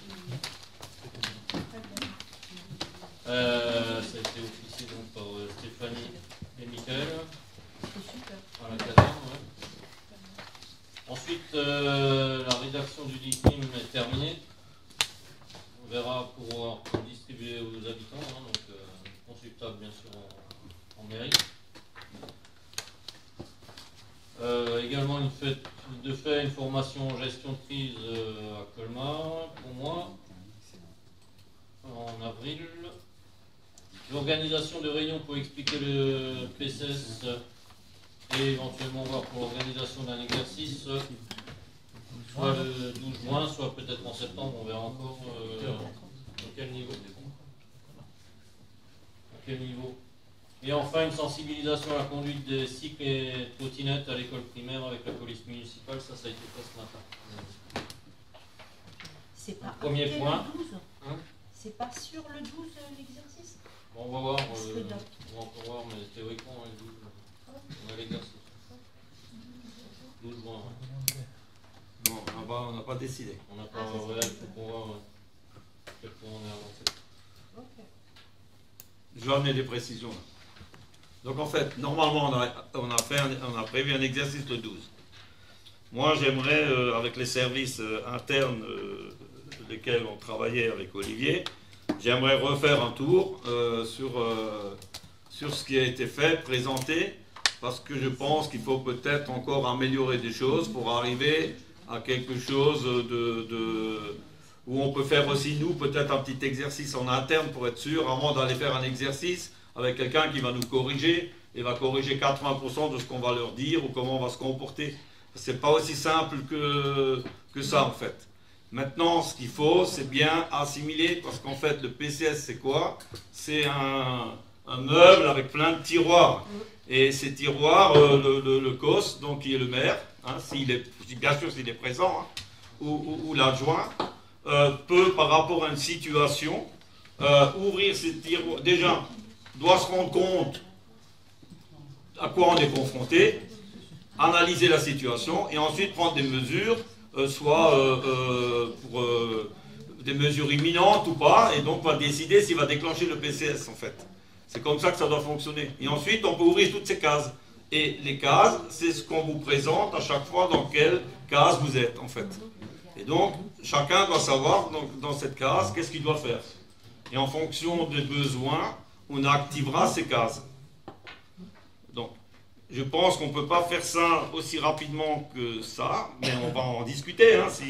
Si tout le monde me dit que vous êtes prêts, moi je veux bien. Moi j'ai l'habitude de ce genre de truc, puisqu'en fait, Nous, on utilise ce genre d'organisation pour gérer des gros feux ou des gros incidents en tant qu'officier sapeur-pompier. C'est notre courant, en fait. Mais après, tout le monde n'est pas pompier, tout le monde n'est pas officier sapeur-pompier. Donc ça, on le comprend, parce qu'il faut tout le monde pour que ça fonctionne. Pas que des chefs, hein, ça ne nous servira à rien. Hein. Donc voilà. Maintenant, on a fait quelques présentations. Nous, on va encore faire une réunion interne pour savoir où c'est qu'on en est. Et ensuite, on confirmera la date du 12. Si on peut le faire, si on est sûr, on va faire quelque chose qui tient la route et que tout le monde est content et que ça va fonctionner. On fera des erreurs, hein, ça c'est sûr et certain. On peut le faire 10 ans, 15 ans, on fera toujours des erreurs. Hein. Mais je pense que là, il faut se laisser faut bien faire des choses et bien maîtriser toutes ces cases, parce qu'en fait, ça va aller tellement vite que quand on demande une case, on ne va pas expliquer pendant une demi-heure ou 3/4 d'heure qu'est-ce qu'il faut faire quand on est dans cette case. Il faut que les personnes qui viennent, s'ils sont activés dans cette case, il faut qu'ils sachent qu'est-ce qu'ils doivent faire et quelle est leur mission. Et c'est pour ça qu'on fait ces machins. Moi, je pense qu'il faut en faire plus. Parce qu'il y a aussi des questions qui sont posées pendant ces réunions auxquelles il faut répondre. Donc en fait, il faut déjà faire une première tournée avec ces cases, regarder ce qui manque, ou les questions qui sont posées, se poser les bonnes questions, et puis peut-être aménager encore des choses ou d'autres que les gens ont vues, ou des retours qu'on a par rapport à quelque chose qui pourrait améliorer le système.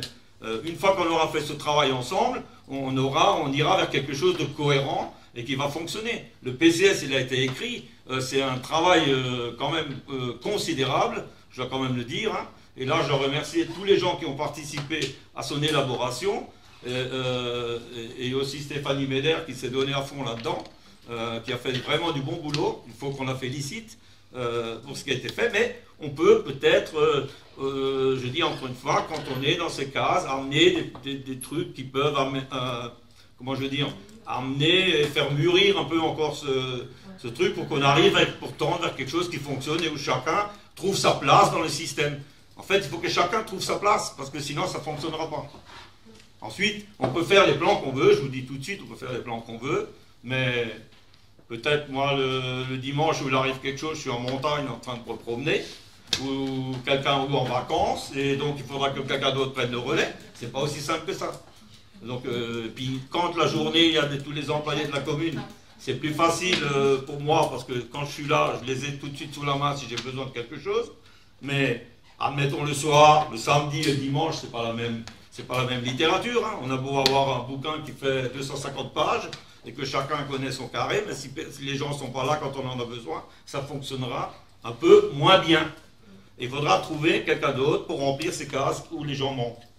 Donc, je pense qu'il faut vraiment prendre le temps de faire des petits exercices qui vont dans le bon sens et où on peut aussi repérer des choses qu'on peut améliorer.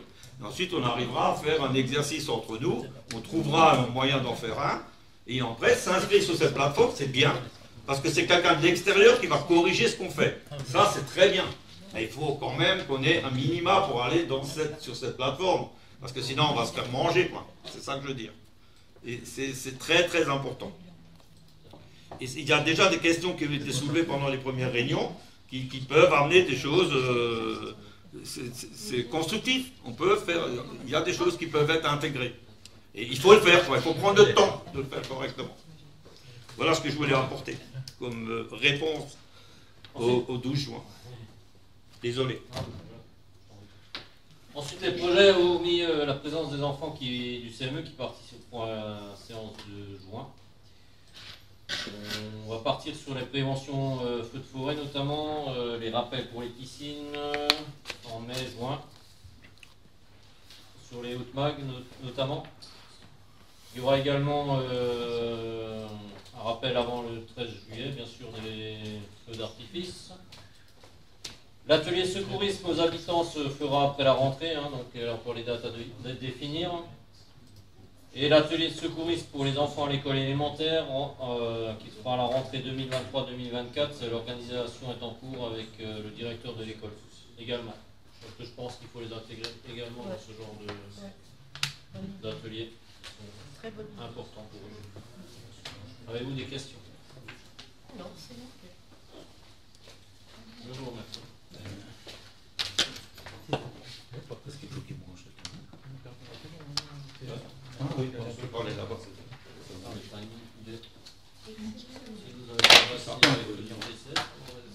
C'est bon, on peut passer à la présentation boréaliste.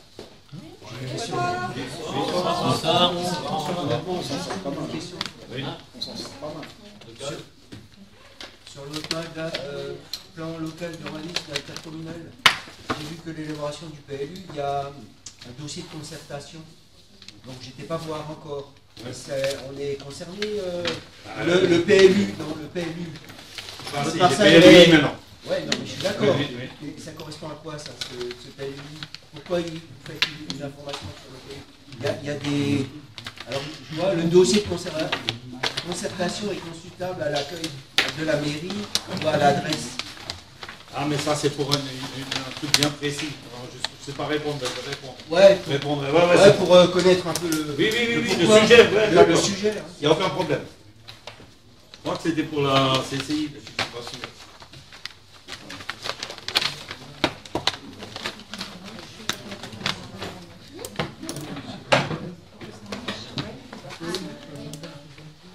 Peut-être juste ça va aller pour connecter. Parfait. Il faut les bouts là qui vont mettre en.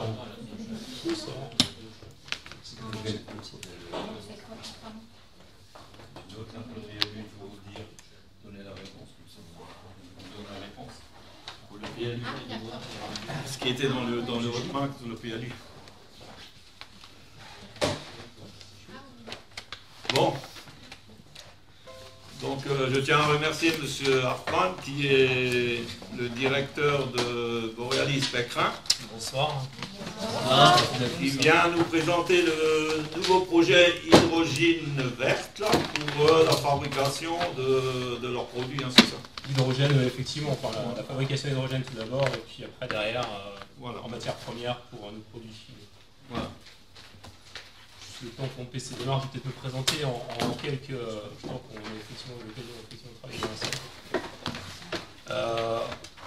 Donc Frédéric Hartmann, directeur du site Borealis Pécrin Marsheim. J'ai intégré le site donc en 2015 en tant que responsable de la fiabilité. Et depuis 2021, on m'a confié donc la direction du site sur Marsheim. Bon, si vous connaissez effectivement le site, vous connaissez les activités, on va m'étendre sur le détail. Je tiens à vous remercier effectivement de m'avoir offert l'opportunité de venir ce soir aussi vous présenter le projet ABC. Donc vous en avez déjà entendu parler, enfin je pense à travers quelques communications qui ont été faites, notamment dans notre mag. On avait fait une petite présentation également à ce moment-là. Donc ABC, juste en quelques mots déjà pour débuter. Donc on n'est pas allé chercher très loin, hein. Le A c'est pour ammoniac, le B c'est pour bas et le C pour carbone. Donc ammoniac, bas, carbone. Notre objectif à travers ce projet, c'est de pouvoir utiliser, comme je le disais tout à l'heure, l'hydrogène d'une source autre que celle que l'on a actuellement, puisqu'aujourd'hui on utilise du gaz naturel pour obtenir notre molécule d'hydrogène. Et là, l'idée, c'est de l'obtenir à travers, donc à partir plutôt d'électrolyse. Donc l'électrolyse, c'est à partir de l'eau et d'électricité. Alors, je vais arriver sur la présentation.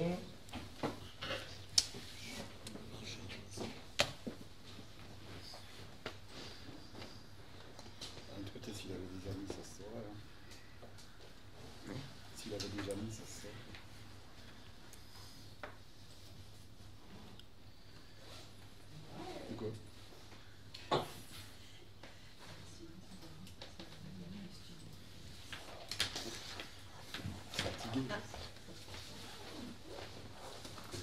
Donc voilà, tout d'abord, l'hydrogène, je pense que vous en avez déjà entendu parler aussi à travers d'autres projets.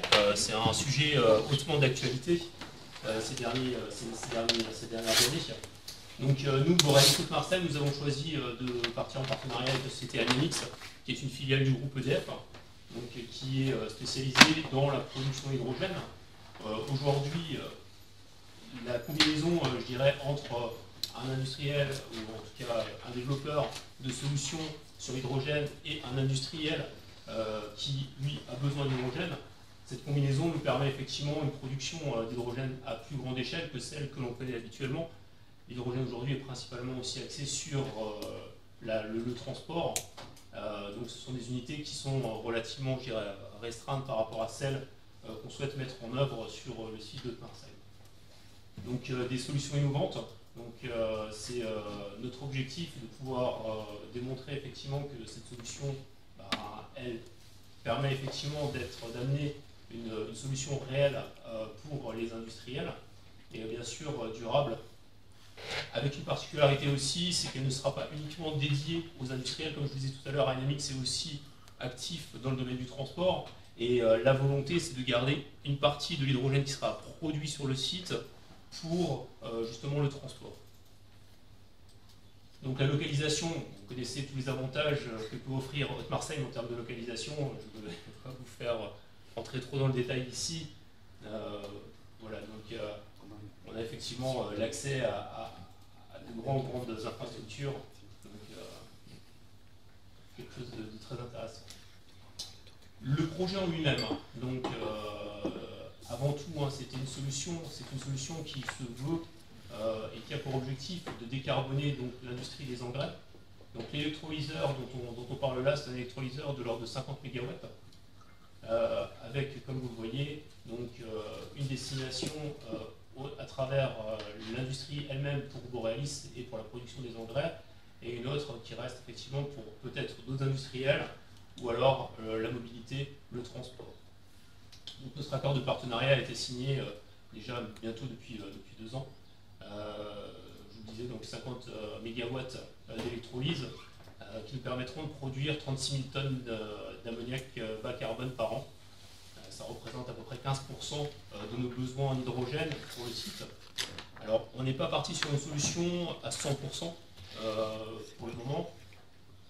Comme dit, c'est quand même une solution qui est innovante. Donc on souhaite franchir les étapes les unes après les autres. Et cette première étape de 15%, c'est celle qui nous paraissait être la plus cohérente avec notre mode de fonctionnement actuel sur le site.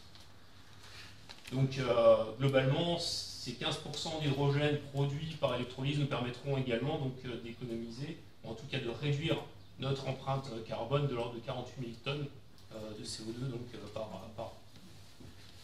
Un des aspects aussi qui est venu en fait s'ajouter à notre ambition de décarbonation a été la guerre en Ukraine, la crise qu'on a connue aussi, et notamment le risque qui était identifié sur la ressource en gaz naturel.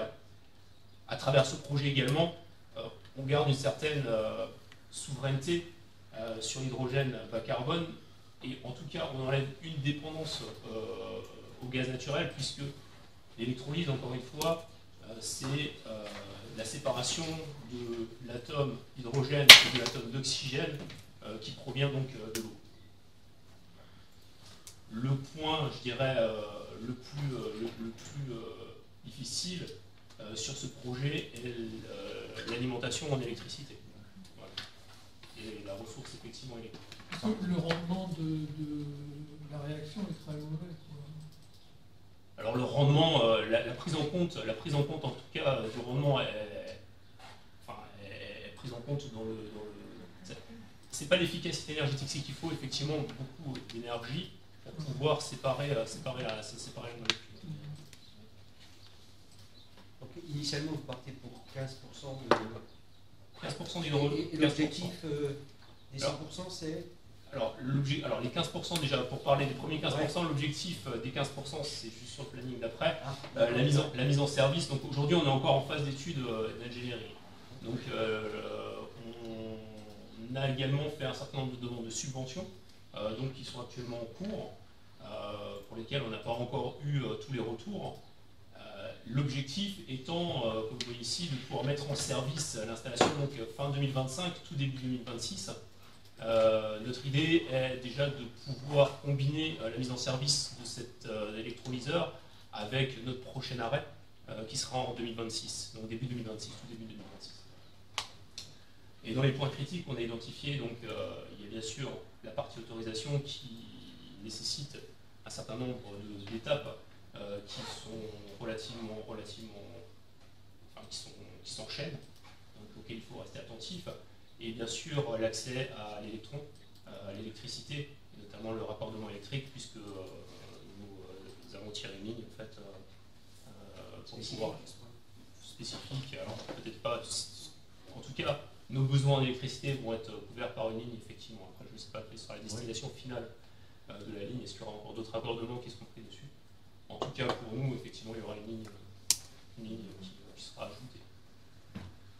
Et donc l'ambition par la suite, alors vous savez, voilà, on a été également convié donc, il y a quelques mois de ça par Monsieur le Président de la République pour travailler sur le développement de notre feuille de route pour la décarbonation. Donc nous avons des objectifs ambitieux pour 2030, encore plus ambitieux pour 2050 puisque l'objectif final c'est la neutralité carbone. Aujourd'hui, vous dire si on continuera effectivement dans l'électrolyse et faire 100% d'électrolyse, c'est un petit peu tôt. Il y a d'autres technologies qui existent, il y a d'autres possibilités. On attend aussi des positionnements, je dirais, de la part du gouvernement sur ces différentes possibilités pour voir quelles orientations on prendra au final. Ouais, ça peut être du mix. Hein. Ça peut être un mix effectivement à la fin. Mais ici, vraiment, l'objectif, voilà, c'est déjà une première étape. Alors cette étape, disons, enfin pour nous en tout cas, elle avait débuté bien avant toutes les difficultés, comme je disais tout à l'heure, que ce soit la disponibilité du gaz naturel ou également les objectifs qu'on nous fixe aujourd'hui en termes de décarbonation, mais qu'on les connaissait déjà, ils existaient déjà.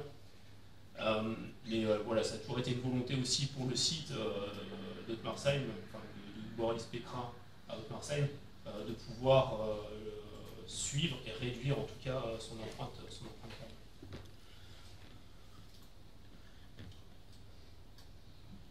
Donc quelques effets, en tout cas quelques impacts positifs pour le territoire, qui sont bien sûr en ligne avec les stratégies françaises et européennes sur l'hydrogène.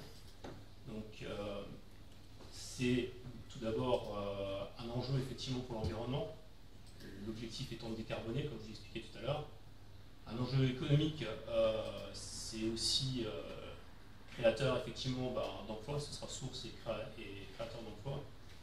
Un enjeu pour la souveraineté énergétique, encore une fois, en réduisant notre dépendance vis-à-vis des hydrocarbures, et un enjeu aussi d'indépendance technologique. Donc, en tout cas, face à la compétition qu'il peut y avoir dans le monde, l'objectif est aussi de pouvoir montrer qu'en France, on sait réaliser des beaux projets. Donc, voilà. La première étape, donc, enfin, en tout cas sur la partie environnementale, c'est près de 50 000 tonnes de CO2 donc, évitées grâce à ce projet. La création d'une centaine d'emplois, donc incluant bien sûr les emplois indirects. Faisons appel aussi à des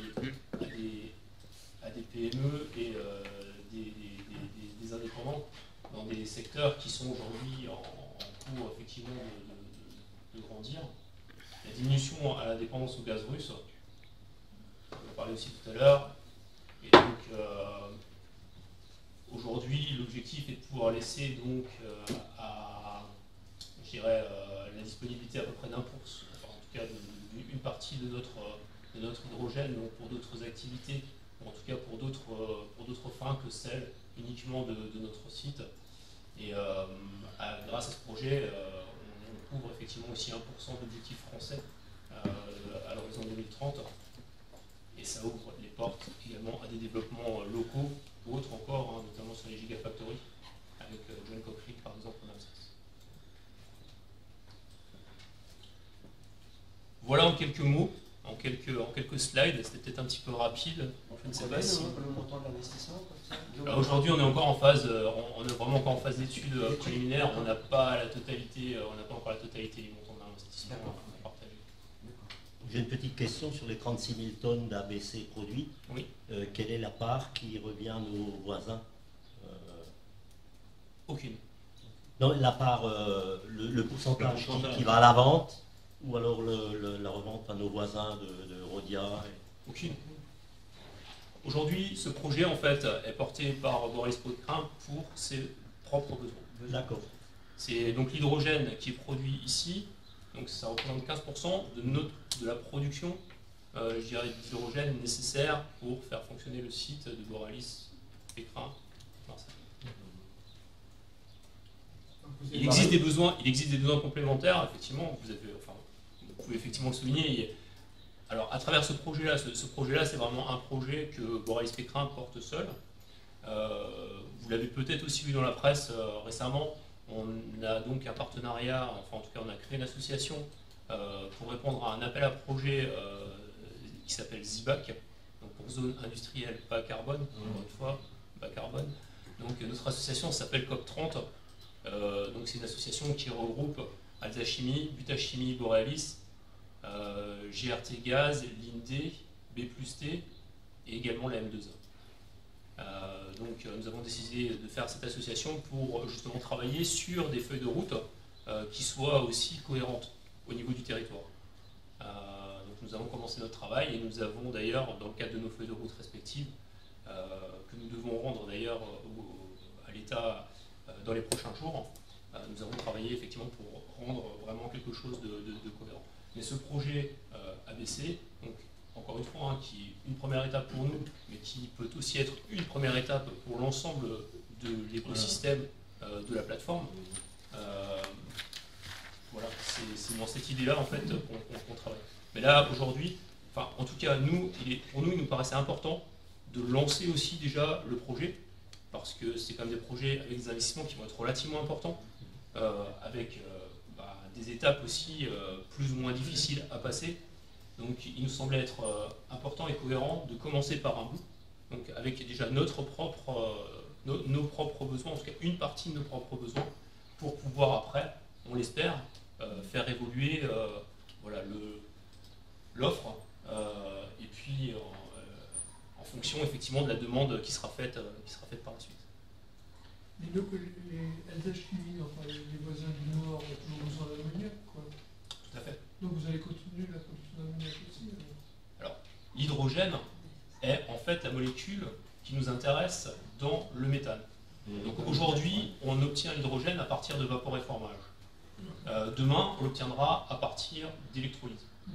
Donc on change de procédé, mais la molécule qui nous intéresse, au départ, est bien l'hydrogène. Voilà. Et de cet hydrogène, on fabrique derrière, donc en le mélangeant avec de l'azote, je le fais un petit peu court, mais en le mélangeant avec de l'azote, on obtient donc de l'ammoniac. Et cet ammoniac, effectivement, est livré en partie à nos clients donc, qui sont juste à côté, et une autre partie est utilisée pour la production d'engrais. Cette machine que vous allez construire, vous la construisez sur votre site, vous étendez le site, vous avez encore la place pour... Alors notre site fait 65 hectares à peu près. On a à peu près 60% encore qui sont libres sur le site. Donc on a effectivement de la place. Et l'idée, enfin en tout cas l'ambition, c'est effectivement de l'installer sur notre site. Et la place derrière. Entre la partie stockage, effectivement, la partie production, il reste de la place. On a cette chance aussi parce que une des difficultés pour un tel projet, c'est de trouver du foncier. Et c'est vrai que c'est une offre aussi voilà, que nous pouvons faire, étant donné que nous avons cette opportunité, enfin cette disponibilité sur le terrain. Est-ce qu'il y a déjà en France des électrolyseurs en route? Vous êtes les premiers ou vous avez un retour d'expérience aussi? Alors des électrolyseurs en France, oui, ça existe. En Europe également. Notre projet, en fait, c'est un des premiers, enfin ce sera le premier qui permet de faire de l'engrais, de l'ammoniac et de l'engrais, donc à finalité bas carbone. Donc d'intégrer ces deux technologies pour en finalité faire de l'engrais, c'est une première. Mais bien sûr, il existe des électrolyseurs en France. Alors, il y a des électrolyseurs de plus petite taille qui ont été mis en service récemment du côté de Reims, il me semble, si je ne me trompe pas. Il y a un projet du côté de Belfort également qui est en cours, mais ce sont principalement donc, des électrolyseurs qui ont pour vocation de délivrer de l'hydrogène pour les moyens de mobilité. Est-ce que vous faites de l'oxygène qui résulte de la... C'est une très bonne question. L'électrolyse. C'est une très bonne question. Aujourd'hui, c'est encore une question qui reste en suspens. En tout cas, on n'a pas encore identifié. Tout à fait. C'est une valeur ajoutée. C'est ça, une valeur ajoutée, c'est certain. Aujourd'hui, on n'a pas encore statué sur la possibilité soit de le vendre en direct ou peut-être de le réintégrer aussi dans notre procédé. C'est aussi une possibilité qu'on pourrait avoir dans certaines applications. Donc il y a cette opportunité. Aujourd'hui, on n'a pas encore statué. Donc ça implique après il y a des investisseurs en termes d'infrastructure, des bâtiments, du contrôle commande, tout à fait. Donc de la formation, tout à fait. Tous les centres de création d'emploi. Alors les centres de création d'emploi, elles ne sont pas sur le site, hein, qu'on soit bien clair. Il y aura effectivement donc, des opérateurs, il y aura aussi donc, des maintenanciers, des contrôleurs, parce qu'il y a aussi tout un suivi réglementaire à faire derrière. On s'adressera forcément à des entreprises aussi extérieures pour tout ce qui est montage, pendant la phase de montage, tout ce qui est utilité et autres. Donc nécessiteront forcément une forte activité pendant la phase d'exécution du projet. Moi, j'ai eu la chance de travailler 12 ans à Pétrin à l'époque, c'était un peu dans les années 70, quoi. Et j'ai rencontré beaucoup de gens très intéressants. C'était une époque de pionniers, un peu, je dirais. J'ai travaillé un peu dans tous les ateliers de l'époque, au laboratoire aussi, et j'ai terminé et travaillé avec Serge Michelin, qui est devenu, voilà. Ouais. Je veux dire, moi j'étais très ami avec lui en plus, quoi. Je le croisais sur Mulhouse et tout, on a vraiment toujours échangé très correctement. Donc moi, après je suis parti travailler chez Roche, Val et Pharma, quoi. Mais Roche, qui notre zone s'appelle la zone Céveso, c'était une entreprise de Roche, à Céveso, Icmesa, qui a explosé avec eux. Et d'ailleurs, moi j'ai des collègues qui ont ramassé les déchets qui ont été brûlés en grande partie à Bâle. Bon, tout ça pour vous dire que moi, mon sujet principal aussi, c'est la sécurité du village, quoi. Je suis persuadé que vous faites tout ce qui est possible de faire, quoi, mais j'ai quand même une angoisse, quoi, parce que je ne sais pas, vous allez augmenter encore la production d'ammonitrate, par exemple. Ce qui est clair, c'est que Borealis a quitté l'Autriche, simplement parce que l'Autriche est un des pays, des 7 pays européens. Enfin, ils ont toujours des bureaux, mais il n'y a plus de production d'engrais. Je vous arrête, à Linz, nous avons une production d'engrais, c'est le plus gros site de production d'engrais à Linz, en Autriche. Mais plus d'ammonitrate. Alors, pas d'ammonitrate. Voilà. Plus d'ammonitrate. Le canne et de la pétrole. Voilà. Mais c'est l'ammonitrate qui pose problème. Parce que l'Autriche est un des 7 pays européens à ne plus accepter la production. La consommation, effectivement, ça a été ce n'est pas d'engrais explosif, c'est d'engrais qui est effectivement à un dosage plus élevé que le canne, il est certain. Mais on peut l'appeler. Ce qui fait. Oui, mais il faut faire attention aussi parce qu'il y a encore un autre grade qui est de l'engrais, enfin qui est en tout cas de l'ammonitrate classique, qui est encore un autre grade. Donc, et qui est effectivement à destination propre pour faire des explosifs. Mais c'est l'ammonitrate que vous produisez, c'est 33,5. L'ammonitrate que nous produisons, il est clair qu'en Autriche, comme la consommation n'est pas autorisée, pour des raisons qui sont celles des autorités autrichiennes, voilà. Donc elles sont plus produites effectivement en Autriche, c'est vrai. En France, la production continue. Et la vente continue également. Voilà. Mais comme je m'intéresse à ce qui se passe, puisque je suis au conseil municipal par exemple, et que donc on a toujours Borealis qui produit quand même de l'ammonitrate, moi j'ai aussi des rapports comment on appelle ça, de lanceurs d'alerte, quoi. Il y en a un qui est bloqué actuellement en préfecture, mais on peut commencer à en parler puisqu'il y a un certain délai avant de pouvoir en parler, quoi. Je veux dire, c'est clair que moi j'ai lu ce rapport et c'est quand même des spécialistes les gens qui ont fait ce rapport, c'est des spécialistes de la région, ils connaissent bien tout. Je ne sais pas si vous connaissez ce rapport. En tout cas, on parle de l'aération des engrais d'ammonitrate. Sur ce sujet, je peux vous dire, en tout cas, et même sur les ammonitrates et sur les engrais en règle générale, notre site est suivi effectivement par les autorités. Nous répondons à tous les critères. Nous n'avons pas, à ma connaissance, de non-conformité majeure sur notre site. Ouais. Mais il semble quand même que l'aération des deux extrémités est absolument... S'il se passe quelque chose, c'est dramatique. Je laisserai effectivement les autorités statuer sur le sujet. En tout cas, on a répondu et les travaux ont été faits il y a quelques années en arrière. C'était des investissements qui ont été très très longs et qui répondaient effectivement à la réglementation qui existe. Je pense qu'il y a des problèmes aussi, enfin des travaux qui ont été faits aussi au niveau des bandes. Ça fait beaucoup, non bandes transporteuses, non? Parce qu'il y a souvent des débuts d'incendie qui commencent par là. Ok.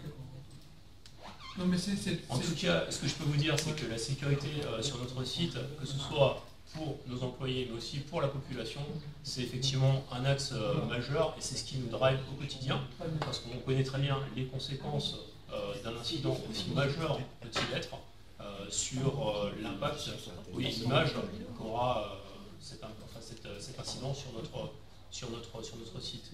Donc il est très clair que ce sont des choses auxquelles nous sommes très très attentifs. Et notre volonté d'être effectivement en adéquation, en tout cas, je dirais, dans les règles telles qu'elles nous sont fixées, c'est aussi des éléments qui nous poussent en fait au quotidien à travailler, à améliorer aussi notre environnement de travail au quotidien. Je suis tombé par hasard aussi, là, ça concerne les poussières que vous émettez dans l'atmosphère. Moi, je suis tombé par hasard sur un arrêté préfectoral qui vous demandait de réduire en été, ça arrive souvent, la production. Tout à fait, donc il y a un suivi qui est fait, effectivement en fonction de la pollution atmosphérique de l'air. Nous avons différentes formules qui peuvent être produites avec certaines qui émettent. Dans l'arrêté préfectoral, il est clairement dit, considérant que les émissions de poussière totale déclarées par la société Borealis Pécrin pour ces installations de Marseille font partie des plus importantes de la région Grand Est. Moi, je connais une dame qui habite le village et qui a du mal à respirer un peu. Elle souffre énormément quand il fait chaud. Elle habite pas loin de chez vous, en fait. C'est un détail. Est-ce que vous y voyez une relation, en fait, une cause à effet? Vous êtes asthmatique, hein? Mais est-ce que vous avez fait des progrès à ce niveau-là aussi? Alors, sans vous parler de progrès, en tout cas, ce que je peux vous dire, c'est que nous avons été contrôlés durant les derniers épisodes de pollution qu'il y a eu. Et il n'y a pas eu de non-conformité qui ont été relevées par les autorités. Mais là, quand même, c'est clair. C'est un arrêté préfectoral que vous trouvez en ligne, ça donne. Oui, tout à fait. Mais ce que je peux vous dire, et ce qui est clair, c'est que nous avons été encore une fois contrôlés sur cet arrêté préfectoral et sur le respect des mesures que nous avons mis en place lors du dernier épisode de pollution qui a eu lieu. Et nous avons été en tout point conformes. Non, voilà. Mais bon, c'est vrai que moi je suis je surveille un peu ce qui se passe là quand même. Je suis désolé, quoi. Mais je veux rien casser du tout. Moi j'ai adoré cette entreprise pour laquelle j'ai bossé 12 ans. J'ai rencontré des gens géniaux. Également, par exemple, Jean-Pierre Lachèvre, ça vous dit rien. Je suis désolé, non, effectivement, je n'étais pas encore. Il est décédé malheureusement, mais c'était lui le premier directeur de Stockamine. D'accord. Et c'est lui qui a essayé de faire comprendre qu'il fallait arrêter de stocker. Voilà. Mais ils n'ont pas écouté, ils ont mis après en retrait. En tout cas, ma volonté aujourd'hui, c'était de vous présenter effectivement le projet sur la partie hydrogène. Voilà, s'il y a des questions, je suis prêt effectivement encore à Je termine juste encore. Vous allez penser que j'insiste pas, mais je veux dire, tant que vous posez de l'ammonitrate et qu'on utilise l'ammonitrate dans les champs, je veux dire, pour moi, c'est une destruction de la terre. Et puis, il y a des... Comment on appelle ça? Je sais plus. Ça dégage des trucs pas possibles, quoi. Qui attaquent... Je me permets quand même, parce qu'aujourd'hui, et c'est quelque chose qu'on voit effectivement ces dernières années, suite à l'évolution du prix global des engrais azotés, une aussi tendance à s'orienter vers de l'urée. que l'on peut obtenir à des tarifs bien moindres hors d'Europe, parce que fabriquer avec du gaz naturel qui est à des prix qui ne sont absolument pas imaginables aujourd'hui, quel que soit le pays européen. Donc des imports massifs d'urée qui se font sur le sol français. Et une des particularités de l'urée, contrairement aux engrais ammonitrate, c'est qu'il y a un relargage en fait, important d'ammoniac qui se fait directement dans l'atmosphère. Donc vous déplacez quelque part les points d'émission puisque vous l'aurez directement dans le champ. Avec une efficacité au final qui est encore moindre sur les rangs. Merci d'être venu et d'avoir permis cette discussion. Juste côté pratique, on pourra avoir le... Parce que j'ai des collègues qui sont absents. Un collègue, la présentation, c'est possible de, oui, sans de mettre au contrôle du...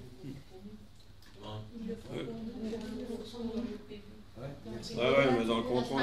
Sans problème, je peux vous le transmettre effectivement, sans aucun problème. Ben, merci à vous. Merci. C'est moi qui vous remercie et bravo. Merci beaucoup. Pour ce beau discours. Donc, tous les actes. Merci d'être venu. Merci à vous, merci pour votre accueil. À bientôt. Voilà, je lève donc la séance. Merci. Bonne soirée à tous. Merci.